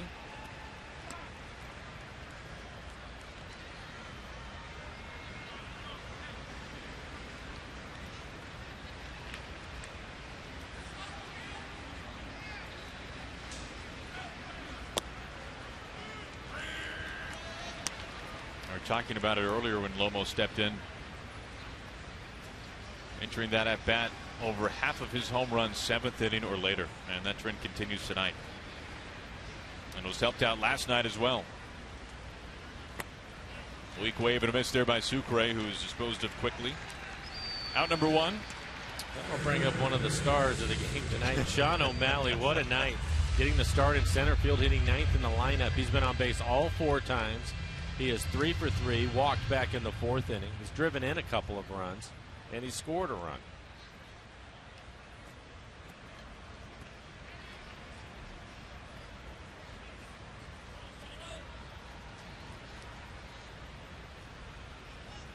If you think about it, on this road trip, Mike, we've seen some pretty impressive and unique Mariners debuts between Hicks at third base and O'Malley tonight being such a part of things, hitting 9th. The other thing that's been interesting is Hicks. He gets his start behind home plate, gets a base hit, His first time up. Yeah. First at bat. Romero gets a base hit. First time up, and O'Malley gets a base hit. Pretty good start. That's the way you want to do it.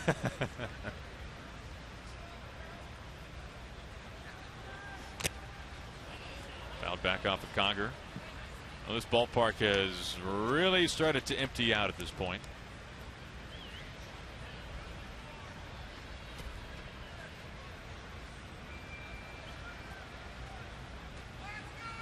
This is how it felt back in 2013. A little bit last year, too.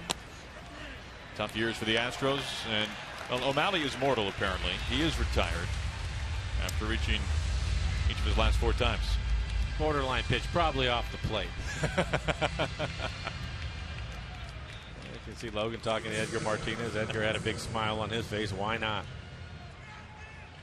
The last pitch was a ball. That's been an issue tonight on both sides.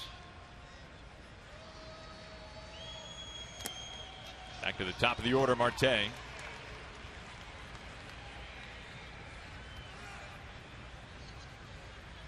Now 2 runs in the 8th, a 3 spot for the Mariners here in the 9th. 1-2, down to a knee.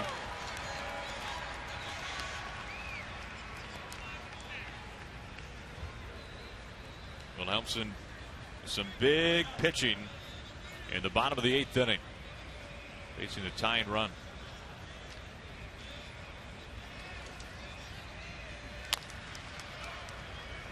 Towards Altuve, gets rid of it quickly. Marte retired. One big swing from Logan Morrison, a 3-run shot has given the Mariners a 5-run cushion.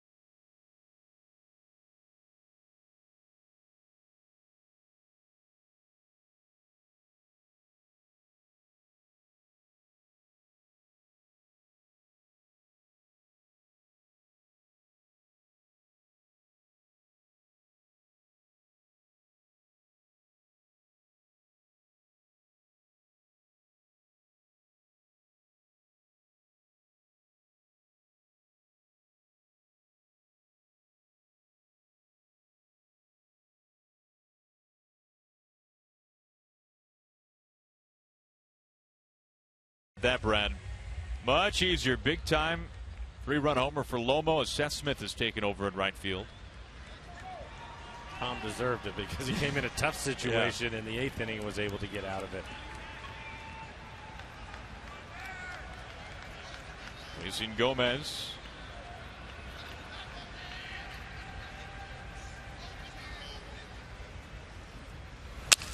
For his pitch, and a foul ball. And a broken bat. You can hear that well.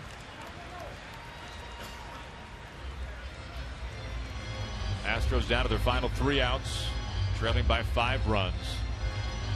And remember, the Astros have not lost a series here at home since the end of May against the White Sox. They have won or and no worse split each of the last 12 home series. Tom ahead 0-2. 46-22 the Astros at home this year. And how about Logan Morrison? Did not start last night or tonight, and probably has had as big an impact on both of those games. You're absolutely right. Off the curve, into the corner. Gomez hustling quickly into second base, and he wants 3. Here comes the throw, and it is not in time.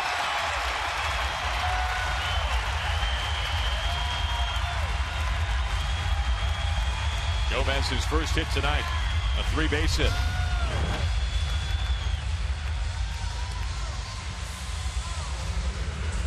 Well, we talked about it. He can really run, and it looked as if Franklin had some issues down there. Right there is when he decided to go for third.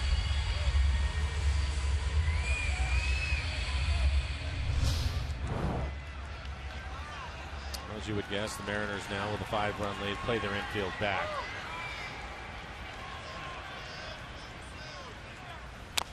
Preston Tucker fouls off the first pitch.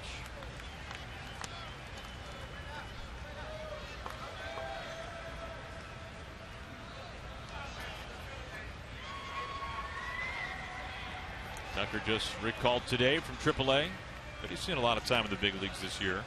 About 80 games with the Astros.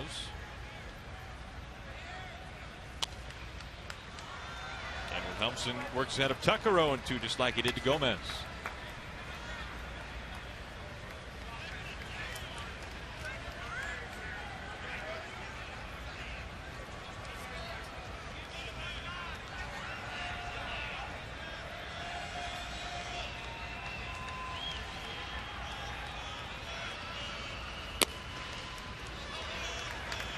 First ball of the inning for Wilhelmsen.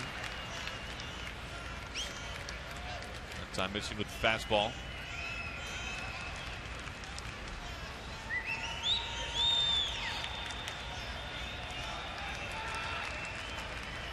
The 1-2. Tucker cuts right through it. Out number 1.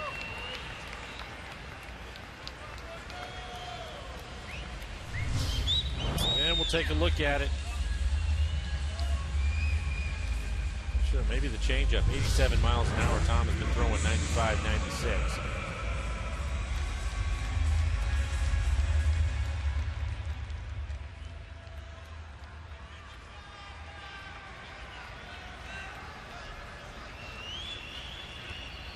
First pitch coming to Valbuena, strike 1.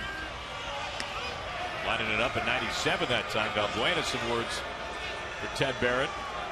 Well, there's been a lot of complaining on both sides tonight.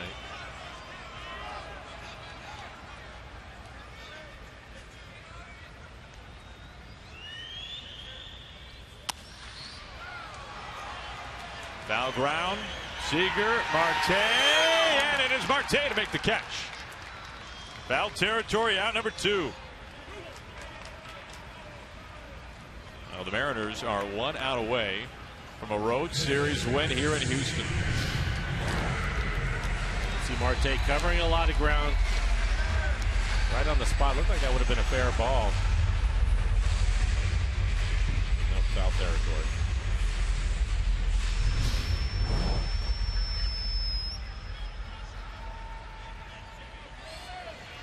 Last hope for the Astros, Hank Conger, the number 9 hitting catcher.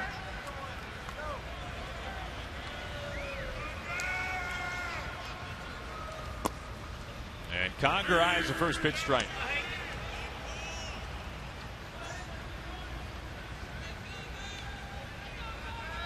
This game was all tied at 3 going into the 8th. The Mariners grabbed 2 runs and then tacked on 3 more in the 9th. And now it is 0-2.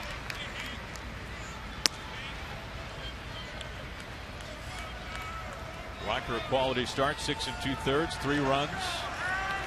And then hand things over to the bullpen. Smith, then Kensing, and now Wilhelmsen. A strike away. Gomez the man at third.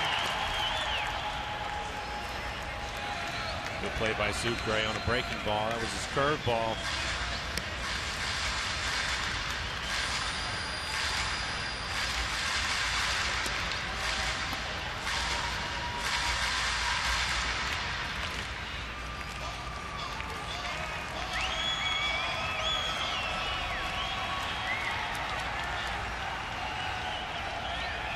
Wilhelmsen's 1-2. Conger stays alive. Off day tomorrow for the Mariners in the 3-game weekend series in Oakland. Before coming home. It'll be 4 games at home against, right now, a pretty hot Rangers team. What a night for that man. O'Malley in center field. Logan Morrison. Another clutch home run. Off the bench, no less. Rips right through it. A fist bump there for Wilhelmsen. The Mariners win it, and they win the series here in Houston. Again, Logan Morrison, you see him right there. A lot of guys had a nice series here. Trumbo with 3 home runs. Logan homers in back-to-back games. A 2-run homer last night as a pinch hit. That proved to be the difference. Gives Tom Wilhelmsen some cushion tonight with an opposite field 3-run homer. And how about Sean O'Malley? Congratulations to him tonight. What a night in his debut with the Mariners. 3 for 4 tonight. Really did an excellent job out in center field. Incredible work by O'Malley and others. The Mariners 4-3 on the road trip. They win the series, and the Astros, who have been a Goliath here at home in Houston, lose their